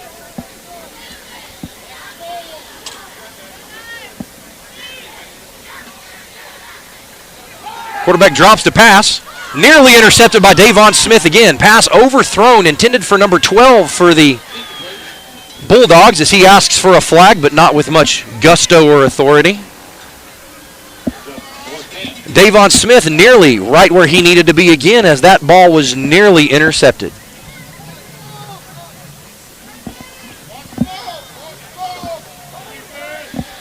Fourth down and 12 upcoming, and Altus is in this same soft spot El Reno was in earlier, where you're too close to kick, too close to punt rather, and too far to attempt a field goal without a Division I type leg. And Xavier Devereaux jumps off sides again. Xavier Devereaux, by my count, I believe that's his 2nd offsides penalty in a 4th down situation. This one's not going to harm him as much, although it goes from 4th and 12 to 4th and 7. Still a statistical advantage in favor of the Indians, but never want to give up a free play of any kind. 4th down and 7 upcoming. We'll see if the Indians are able to answer the bell. Coaching staff yelling out instructions, same instructions that you get on a 4th or 3rd and short. Look at the ball. Don't listen to the snap count. Look right at the ball. I think part of the confusion is, and it looks like Altus is going to call their first timeout, and they do. With 1:06 to play in the 3rd quarter, El Reno leads 28-7 with Altus facing a 4th and 7 from the El Reno 26-yard line. El Reno had them 4th and 12. Offsides penalty against the Indians, marked off 5, give 5 of it back. It'd be 4th down and 7. And it's easy to sit at home and say, watch the ball. Don't move till the ball moves. But to Altus's credit, they love to bring a man in motion. They've brought a man in motion, if not every play, nearly every play. And if you're the edge rusher for the Indians, you got your hand in the ground and you're looking to your right at the football. And in the periphery, you see a man go in motion right at the edge of your vision. Certainly understandable how one can get distracted. And certainly can't be critical. And the defensive coaching staff giving instruction. And although I wasn't purview to the huddle, I'd bet every dollar in my pocket that the conversation went something along the lines of, look at the football, don't get distracted by the bright lights and fancy colors. Watch the football, you move when it moves. 4th down and 7 for the Indians. We'll see if they're able to answer. Or 4th down and 7 for the Bulldogs, though. See if the Indians are able to answer. That one sniffed out. Juno Klinko in there, assisted by a host of Indians. The forward progress of the runner is still going to go down for a long loss. Ball will go over on downs. 1st down and 10 for the Indians. The officials there to help sort out the pile after the penalty fest last week against Southeast, wherein 2 Southeast Spartans were ejected, one for fighting, the other for picking up a second unsportsmanlike penalty in the same contest. And the officials in their pregame, being the prudent officials that they likely are certainly aware of last week's encounters and came prepared to preventively officiate to prevent like events from happening. El Reno brings a new receiver, new personnel group to the near side, this time sophomore Nick Gibson. Wearing number 8, Malachi Nicholson turns the corner, stiff arms one man, turns the corner, he gets the corner, sprints down the sideline. Nearly horse collar tackled out of bounds, but drug out of bounds. Out near midfield, he gets the line to gain, that's going to move the chains. He's going to be marked down at the 47.5-yard line, 1st and 10.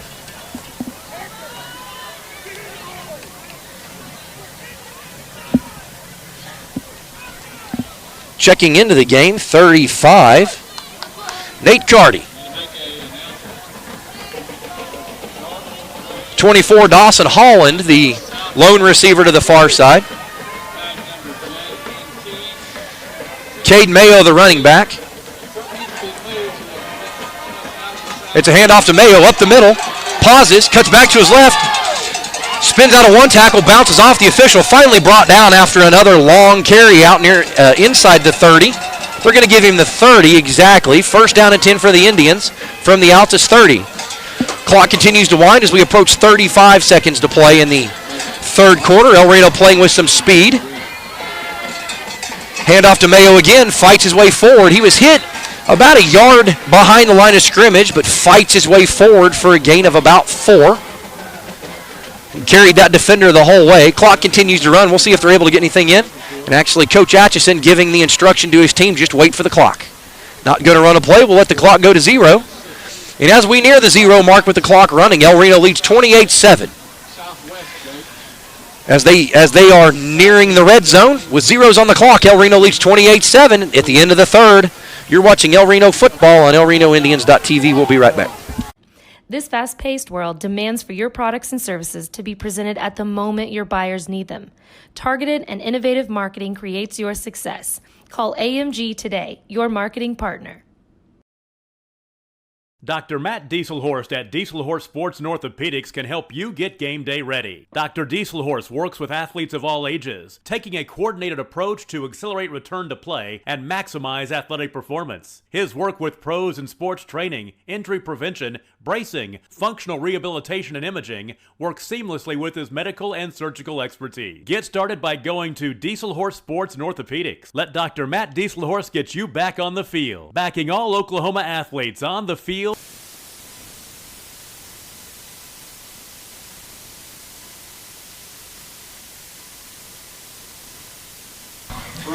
And we're back to it with 12 minutes on the clock. We are 12 minutes away from this one being in the bag, hopefully. And the good news for the Indians with the 28-7 lead in the ball, the Indians are going to give some personnel who are not normally in the top of the rotation some varsity reps, some game speed look against quality varsity opponents. Help continue to strengthen the foundation of the Indian football program. Another handoff to Mayo up the middle. He fights his way forward for a couple. We'll see how much they give him here. 3rd down upcoming. 3rd down and about 3. Call it 2. Call it 3rd down and 2 after the Cade Mayo carry. Malachi Nicholson, the running back on. Evan Roman, still at quarterback. 24, Dawson Holland, the sophomore, the far side receiver. Number 15, Dalen Pruitt, and number 8, Nick Gibson, the near side receivers. Direct snap to Roman Nose. I say direct snap, he is the quarterback, but that was more of a wildcat look, a designed run. Grabbed it out of the air, ran it forward. Malachi Nicholson to the sideline. Number 11, Layton Everhart checks in. And number 30, Bradley Chavers, after being released from the meniscus injury, takes his spot as the inside receiver to the near side, the outside receiver to the far side, number 20, Dacian Ramos. And if I'm mispronouncing these names, folks, I do apologize. First time I've gotten the opportunity to recognize some of these athletes this season. Flag on the play.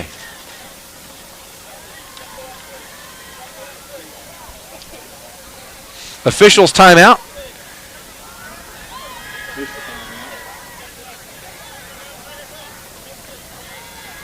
And number 20, Dacian Ramos, the freshman, has to come to the sideline. Not sure if he had possibly an equipment situation there. It looked like he was grabbing his mouthpiece. The training staff has everything they need to get him ready to play if that is in fact the issue. And number 6, Elijah Fisher takes Ramos' spot. Altus brings pressure. They get there that time. That run blitz drops the running back, Layton Everhart, the 5'7" freshman.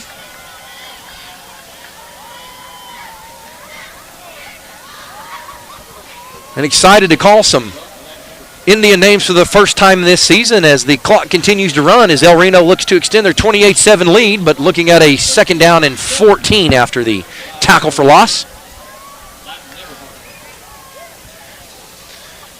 PA announcer calls it Latin Everhart. I call it Layton Everhart, and if I'm getting it wrong, I apologize.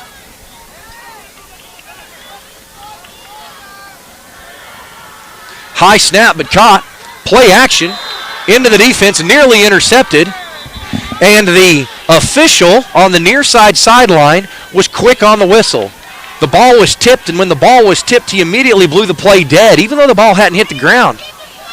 Altus nearly secured an interception as it bounced around a couple of Altus defenders' shoulder pads. None of them able to grab it. It falls harmlessly to the ground. 3rd down and 12. To make that 3rd down and 13 upcoming. Davon Smith checks in. Bradley Chavers to the sideline. Kobe Knoll, the outside receiver. Davon Smith, the inside receiver.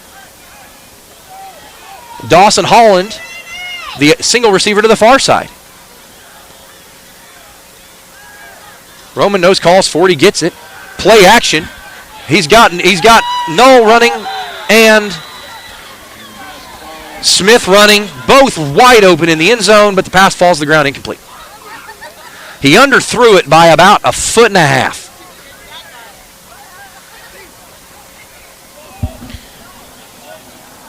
Not sure if he didn't load up the way he wanted or if he just misjudged the distance, but in any event, falls incomplete. 4th down to come. 4th down and 13 for the Indians as the play comes in from the sideline.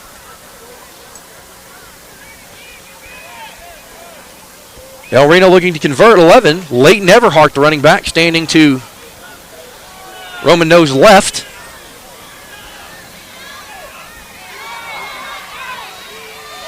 The errant snap is fielded, and Kobe Knoll makes the catch anyway, fights his way to the end zone. Did he get in?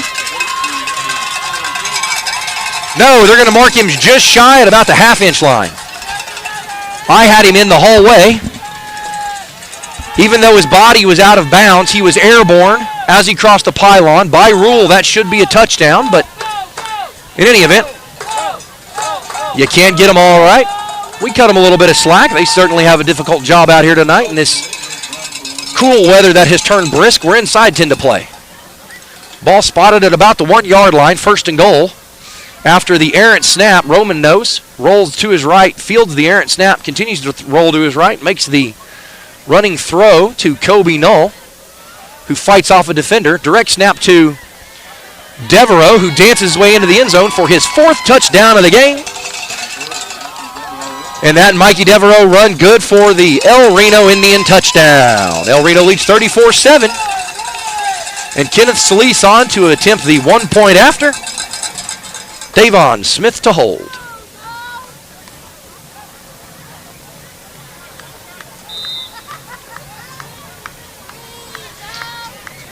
Smith to hold. Solis 3 steps back, 3 steps to his left, taps his toe, snap back, ball down, kick on the way, and the kick is good. And after the Kenneth Solis conversion, El Reno leads 35-7. You're watching El Reno Indian football on elrenoindians.tv. We'll be right back. And off. Support your school's booster club and get your business in front of thousands of potential customers. Talk about a win-win. Advertising packages start on this streaming station for less than $10 a game. Call 405-726-0835 or email adam@squirtle.com right now for more information. Team up with Pioneer iVideo and start streaming the most popular TV shows and movies from your favorite devices today. Download the iVideo app and start watching anywhere in your home using Pioneer Internet. Each package includes free high-definition and cloud DVR features like video on demand, Restart TV, and Replay TV, just in case you forget to record a We're back to it. 9:28 to play. El Reno leads 35-7 off the back of the Devereaux touchdown, his 4th of the evening. Malachi Nicholson with a long touchdown run, and Mikey Devereaux with 4 touchdown carries of his own. El Reno leads 35-7 inside 9.5 to play. Ready for play. Solis looks to his right, then his left. Another low bouncer. That one fumbled, muffed, and then by the return man, finally stacked up near the 30, fights his way forward to the 32, and then driven back near the 30. And they're going to give him the 32 as his forward progress. Be 1st and 10 for the Bulldogs as Solis grabs his tee and heads to the sideline as the defense takes the field.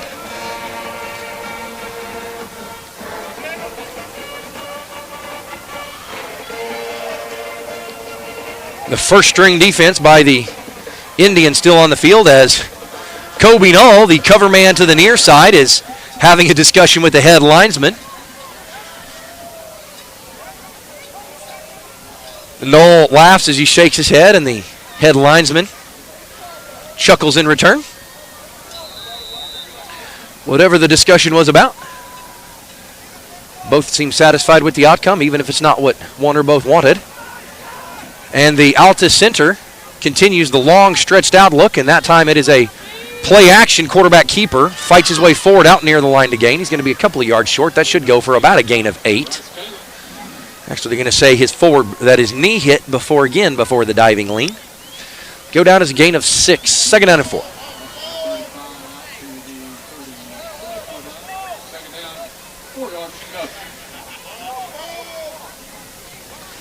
The El Reno coaching staff hollering, "Watch the ball," as they are coaching up the defense, right? This is the situation where you would look for a hard snap to see if Altus is trying to convert a free 1st down on the back of the anxious Indians. Another play action. That's going to get the 1st down and then some out near midfield. He's finally brought down at the 47-yard line after he makes the line to gain. That'll move the chains. Another 1st down for the Bulldogs as the Indians are trying to adjust to the motion, and that's a key element of the Altus offense, the motion men, the option look, lots of reads and decision making in rapid succession, obligated against the linebacking core for the Indians. And Malachi Nicholson and Mikey Devereaux take their places as the linebacker.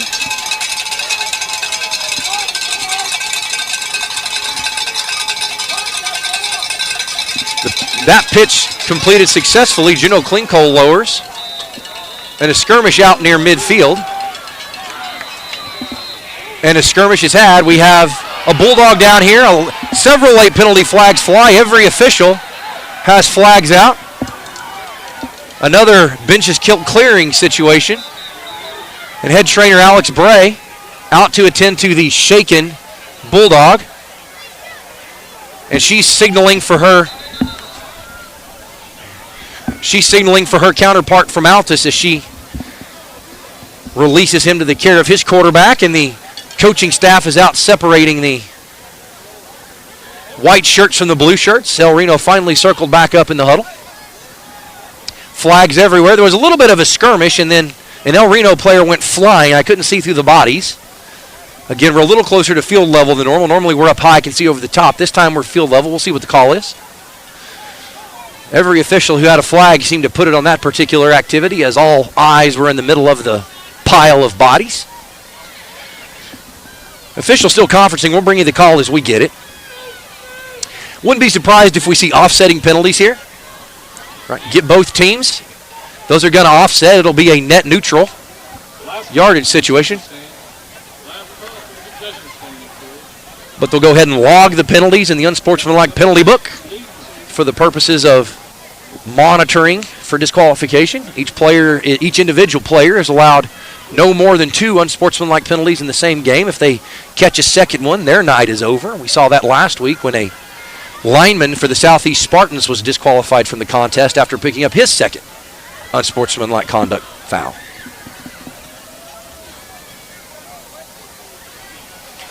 Officials still conferencing. The Altus head coach with his hands on his hips.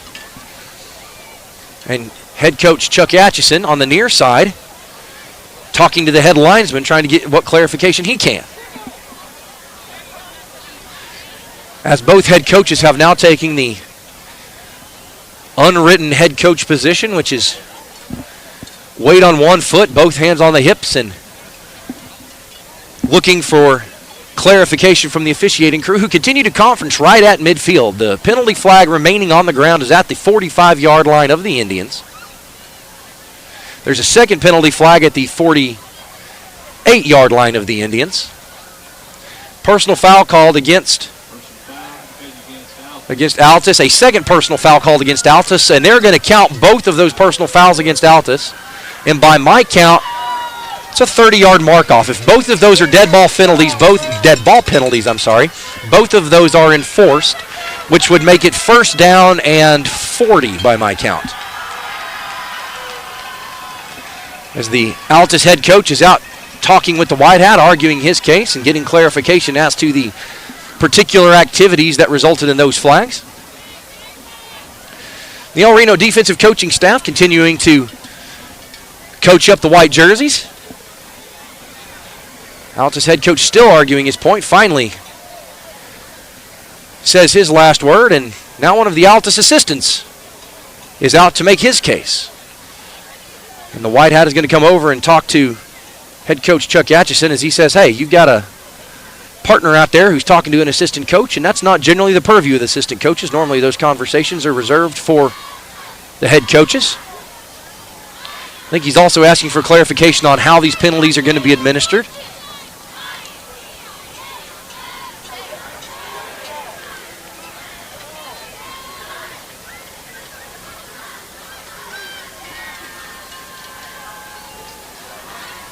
And I can tell you from my perspective, about 15 or 20 yards from the conversation, it was not as animated as it appeared. I think they were talking about the same thing in agreement, just doing it differently.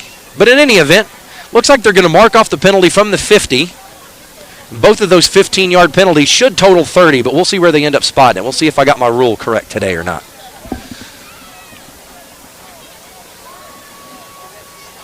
And it is a personal foul against Altus. Looks like they are just going to assess.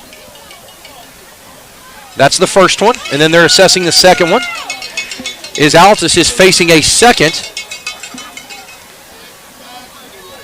and about the distance from Altus to Oklahoma City at this point. Altus facing a second and close to 40, and by my count, that should be second and 37.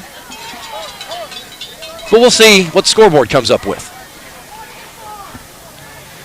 The ball is spotted at the Altus 18, and they need to make the El Reno 43 to convert. Scoreboard shows first and 38. I was pretty darn close. The pitch man makes a move. He's going to get it all back and then some. This may be a house call. Finally brought down. He got back nearly all 30 yards of that, and another late penalty flag flies in. We'll see what they do here. That's another one of those 15-yard type penalty flags. We'll see what happens. Alex Perdomo gets the nod, and he heads in as Ryan Sigler heads to the sideline. Officiating crew conferencing. In any event, there's going to be mark off one direction or the other. We'll see how they decide to award this. And it's another personal foul assessed against Altus. That's going to be another 15-yard variety. So Altus went from 2nd and 38 to 3rd and 12. And then the dead ball penalty backs them up another 15 back to the 30. So they're now looking at another 3rd and 20 some odd. I'm not a mathematician, and the math is starting to confound my abilities to do mental math on the fly. But in any event, it's 3rd down and a very long way for the Altus Bulldogs. The ball is marked at the Altus 31. Altus needs the El Reno 43 to convert. And Altus calls a timeout. 7 minutes, 36 seconds to play. El Reno leads 35-7. You're watching Indian football on elrenoindians.tv. We'll be right back. Visit gopioneer.com for more details and compatible devices. Some restrictions apply.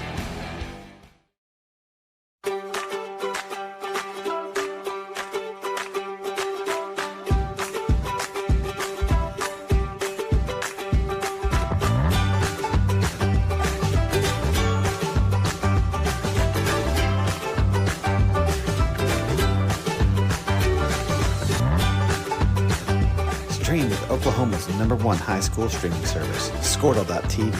Find out more at Squirtle.com/stream. At Maples Nixon Diesel Horse, we've helped a lot of people, and our goal was to treat each and every person like a friend. And as a friend, we've got your back always. We understand what you're going through. Being lawyers is what we do, but it's not all that we are. We care. We'll stand beside you throughout the entire legal process, not just as lawyers, but as your friends. We are Maples Nixon Diesel Horse, and we are here to help.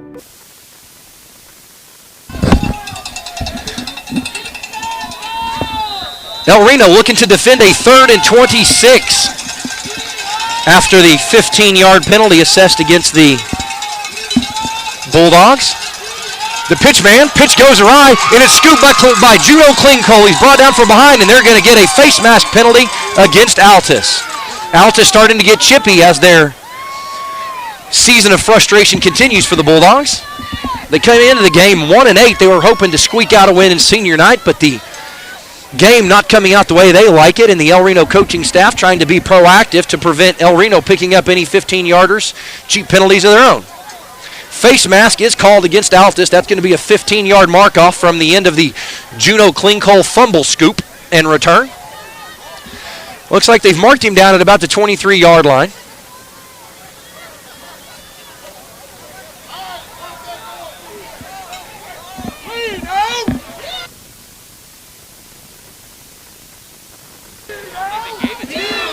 I'm not sure they got the yardage right on that penalty. I'm talking to my cameraman here. He agrees with me. We're not sure they actually administered the penalty.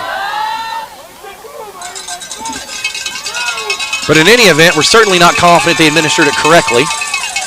1st and 10 for the Indians, nonetheless, inside the 20. The snap to Cooper Park as a handoff to Nicholson. Fights his way forward. He's going to be hauled into the end zone for a touchdown. Slung down well late, but the officials pass on it. And the 6th rushing touchdown for the Indian run game tonight. El Reno leads 41-7 with 7:19 to play.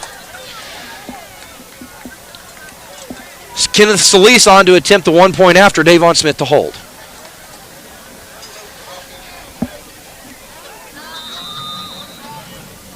Solis takes 3 to the back, 3 to the left.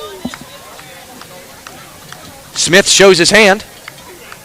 Snap is back, ball down, kick on the way, and the Kenneth Solis point after is good. El Reno leads 42-7 with 7:19 to play in the 4th. You're watching Indians football on elrenoindians.tv. We'll be right back.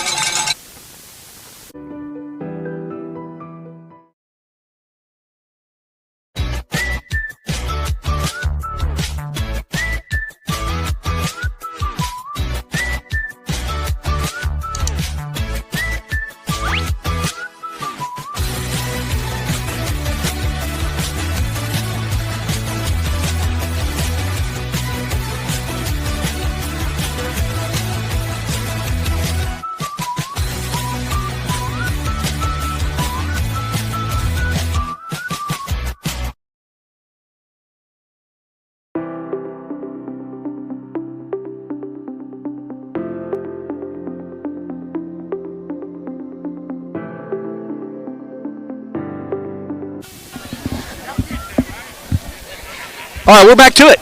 7:19 to play. El Reno leads 42-7 in the fourth over the host Altus Bulldogs as Coach Atchison looks to get his first win at Altus. El Reno has scored all 42 of their points the old-fashioned way. White Hat gives the ready for play. Solis looks to his right, to his left, walks up. It's another low bouncer. And then it's just fallen on at the 44-yard line, 1st and 10 for the Bulldogs from the Bulldog 44.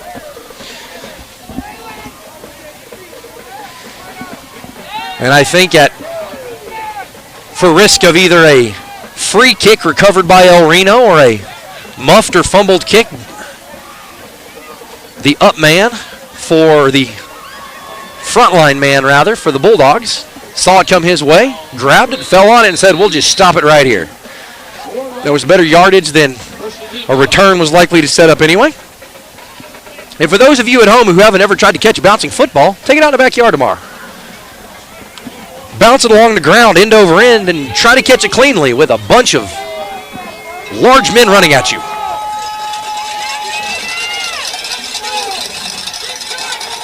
Altus to pass, quarterback under pressure. He's running to his right, pocket collapses, he pumps, and it's a catch made out near midfield.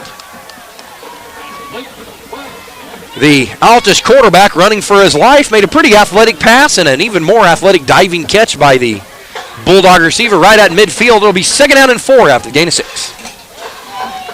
Altus playing with some tempo, trying to strike again as the center, who stretched out in a nearly push-up position, has the tall task of holding that position through 15 seconds of walk to the sideline, get the audible, walk back to the field, transmit the audible, and then back to the push-up position.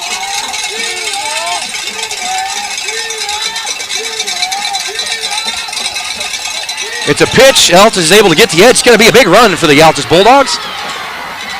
Cade Mayo misses the tackle. Kobe Knoll misses the tackle. Davon Smith, the last hope. And an ankle tackle made near the goal line. He's going to be inside the 10. We'll see exactly where they mark him. And the play was away from me, and can't see the field markings on that side. They're going to mark him down right at the 5-yard line. It'll be 1st and goal for the Bulldogs on the pitch that was well executed by the Bulldogs. They've had some issues in certain aspects with execution tonight on the option look, but that one was executed to perfection. Now, once it got past the secondary, El Reno missed some tackles. Cade Mayo missed a tackle. Kobe Knoll missed a tackle. Davon Smith saw the angle that he needed. He turned and ran to his spot and was, I think, able to get a hand on him. A couple of Indians there to help wrangle down the running Bulldog. Quarterback calls his own number, fights his way forward near the goal line. There's a skirmish on the ground. And it looks like there's a fumble. We'll see who comes out of the pile with it. And it is a safety. It's a fumble in the end zone recovered by the Indians. It goes back as a touchback, 1st and 10 from the Indians from the 20-yard line. 5:48 to play. El Reno leads the turnover battle, I believe 3-0, but there's been so much activity in the last 2.5 clock minutes. I may have missed a turnover in there somewhere. In any event, they lead by at least 3-0 in the turnover battle. It could be 4-0. I may be forgetting one. I don't have a paper stat sheet today. So this is all off of memory. And for the second time in 2 weeks, El Reno forces a turnover near the goal line. They then jump on it in the end zone for a touchback. Be 1st and 10 for the Indians as once again they were able to answer the bell on a goal-to-go situation from inside the 5.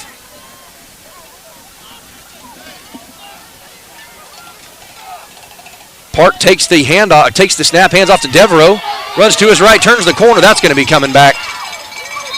And he's finally ridden down outside the 40 at the 42-yard line, but with numerous flags on the edge there, it's either going to be a hold or an illegal block, and it is a hold against El Reno. The big block that sprung Devereaux for the run ended up being an illegal type block, so they're going to mark him off from the 25-yard line. If that spot is good, it'll be a 10-yard mark off, or it'll be 1st down from the 15.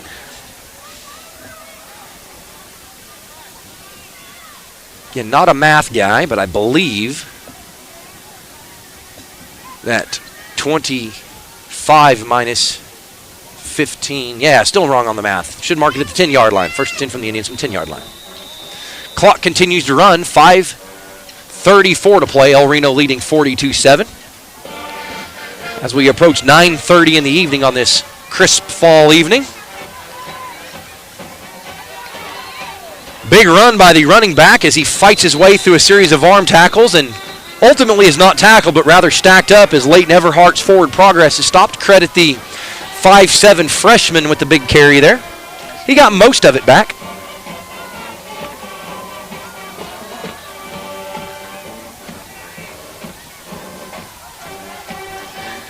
And the third time I tried the math, it was still wrong. It was a 10-yard penalty, not a 15-yard variety. So credit the freshman at 5'7". He's not the big bruising back like Mikey Devereaux, but rather he's small, he's quick, he's hard to get down, he finds holes, he's able to get through holes that are not giant, and he's hard to see back behind the tall, wide bodies that make up the offensive line. He can be hard to keep track of. Right? If you've got any Cowboy football fans out there, very reminiscent of Jalen Warren, who's about 5'8" himself, but he hunkers down back there behind that tall Cowboy offensive line. Waits for the holes to develop, and then he hits those holes running downhill. Leighton Everhart very much the same way. He's not going to beat anybody with his height or his size, but being small, low to the ground, he's hard to tackle. He can hit holes that aren't real big. And he can hide behind the line as he waits for holes to develop. And that run to the far side is going to bring up a punt situation as Cooper Park heads to the sideline and Kobe Knoll comes out to handle the punting duties as El Reno's going to punt for the first time tonight.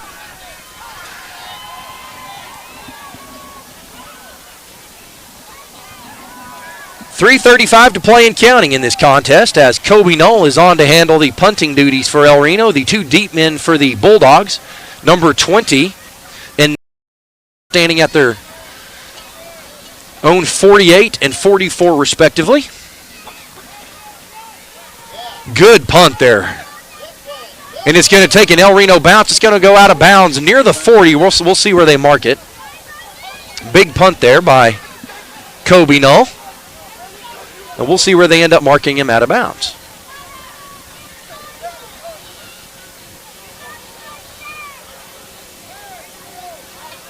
Looks like they're going to give him the 45. That's where the umpire's standing, at least. The umpire's standing at the 45-yard line. We'll see where they mark it ready for play. And they are going to mark it at the 45-yard line on the far side hash.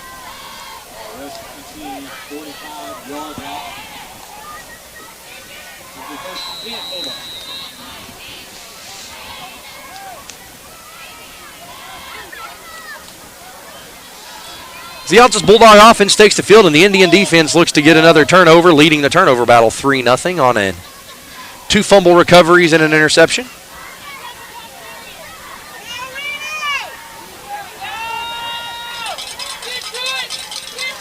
Play action, quarterback keeper calls his own number. He's going to go for another big yardage gain there, out near the line to gain. We'll see if they give him everything he needs or if he's one short.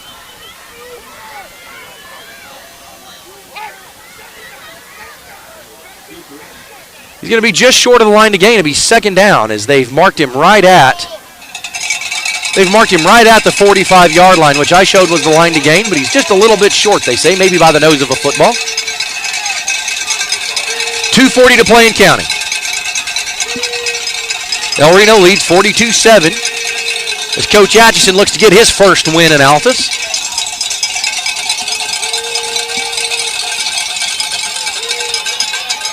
Pitch to the motion man. First contact made by number 3, Malachi Nicholson. He got him about 90% of the way down. And a couple Indian defenders down there to help finish off the ball carrier. That time number 12, a little slow to get up. One of those limps indicative of a little bit of an ankle turn. Nothing serious, just one of those that's an attention getter.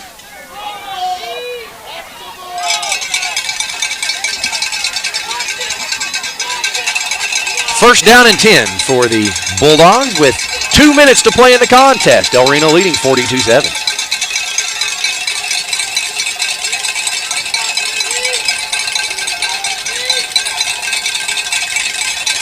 Quarterback looks to option to somebody, and there's nobody to option to. It's a play-action handoff.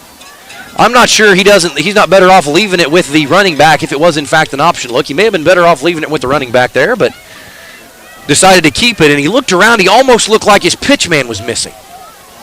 Quarterback took it, faked the handoff, pulled it out of the belly of the running back, looked to his left. There was nobody there. Even looked back behind him. There was nobody there, so he decided, well, I guess I got it. I got to do something with it. Decided to turn it upfield, and he got enough. About 7. Brings up 2nd down and 3. Not sure he intended to get the 7. I think he was looking for the pitch man, but you take what you can get in the option-based offense. That time he finds the pitch man who just fumbles it, kicks it backwards. Cade Mayo trying to pick it up on the scoop and score. He finally falls on it. And El Reno is going to take a 4-0 lead in the turnover battle. 4-0 lead in the turnover battle. Ball spotted down to the 33-yard line as Cade Mayo at a dead sprint tried to time the bounce for the scoop and score. Couldn't catch it cleanly.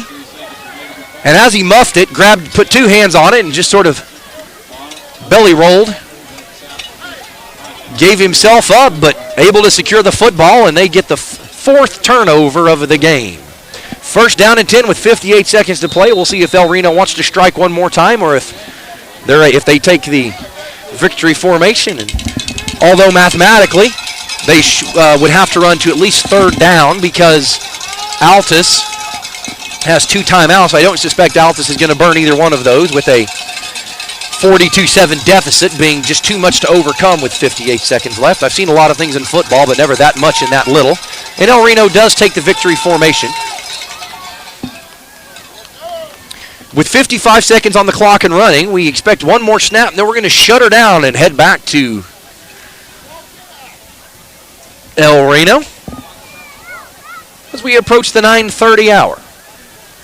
And it started out as a cool, blustery evening. It settled into a crisp evening, but the winds are nearly calm as they've died down. The big American flag on the south end was standing straight out earlier, and it's now barely moving on its pole.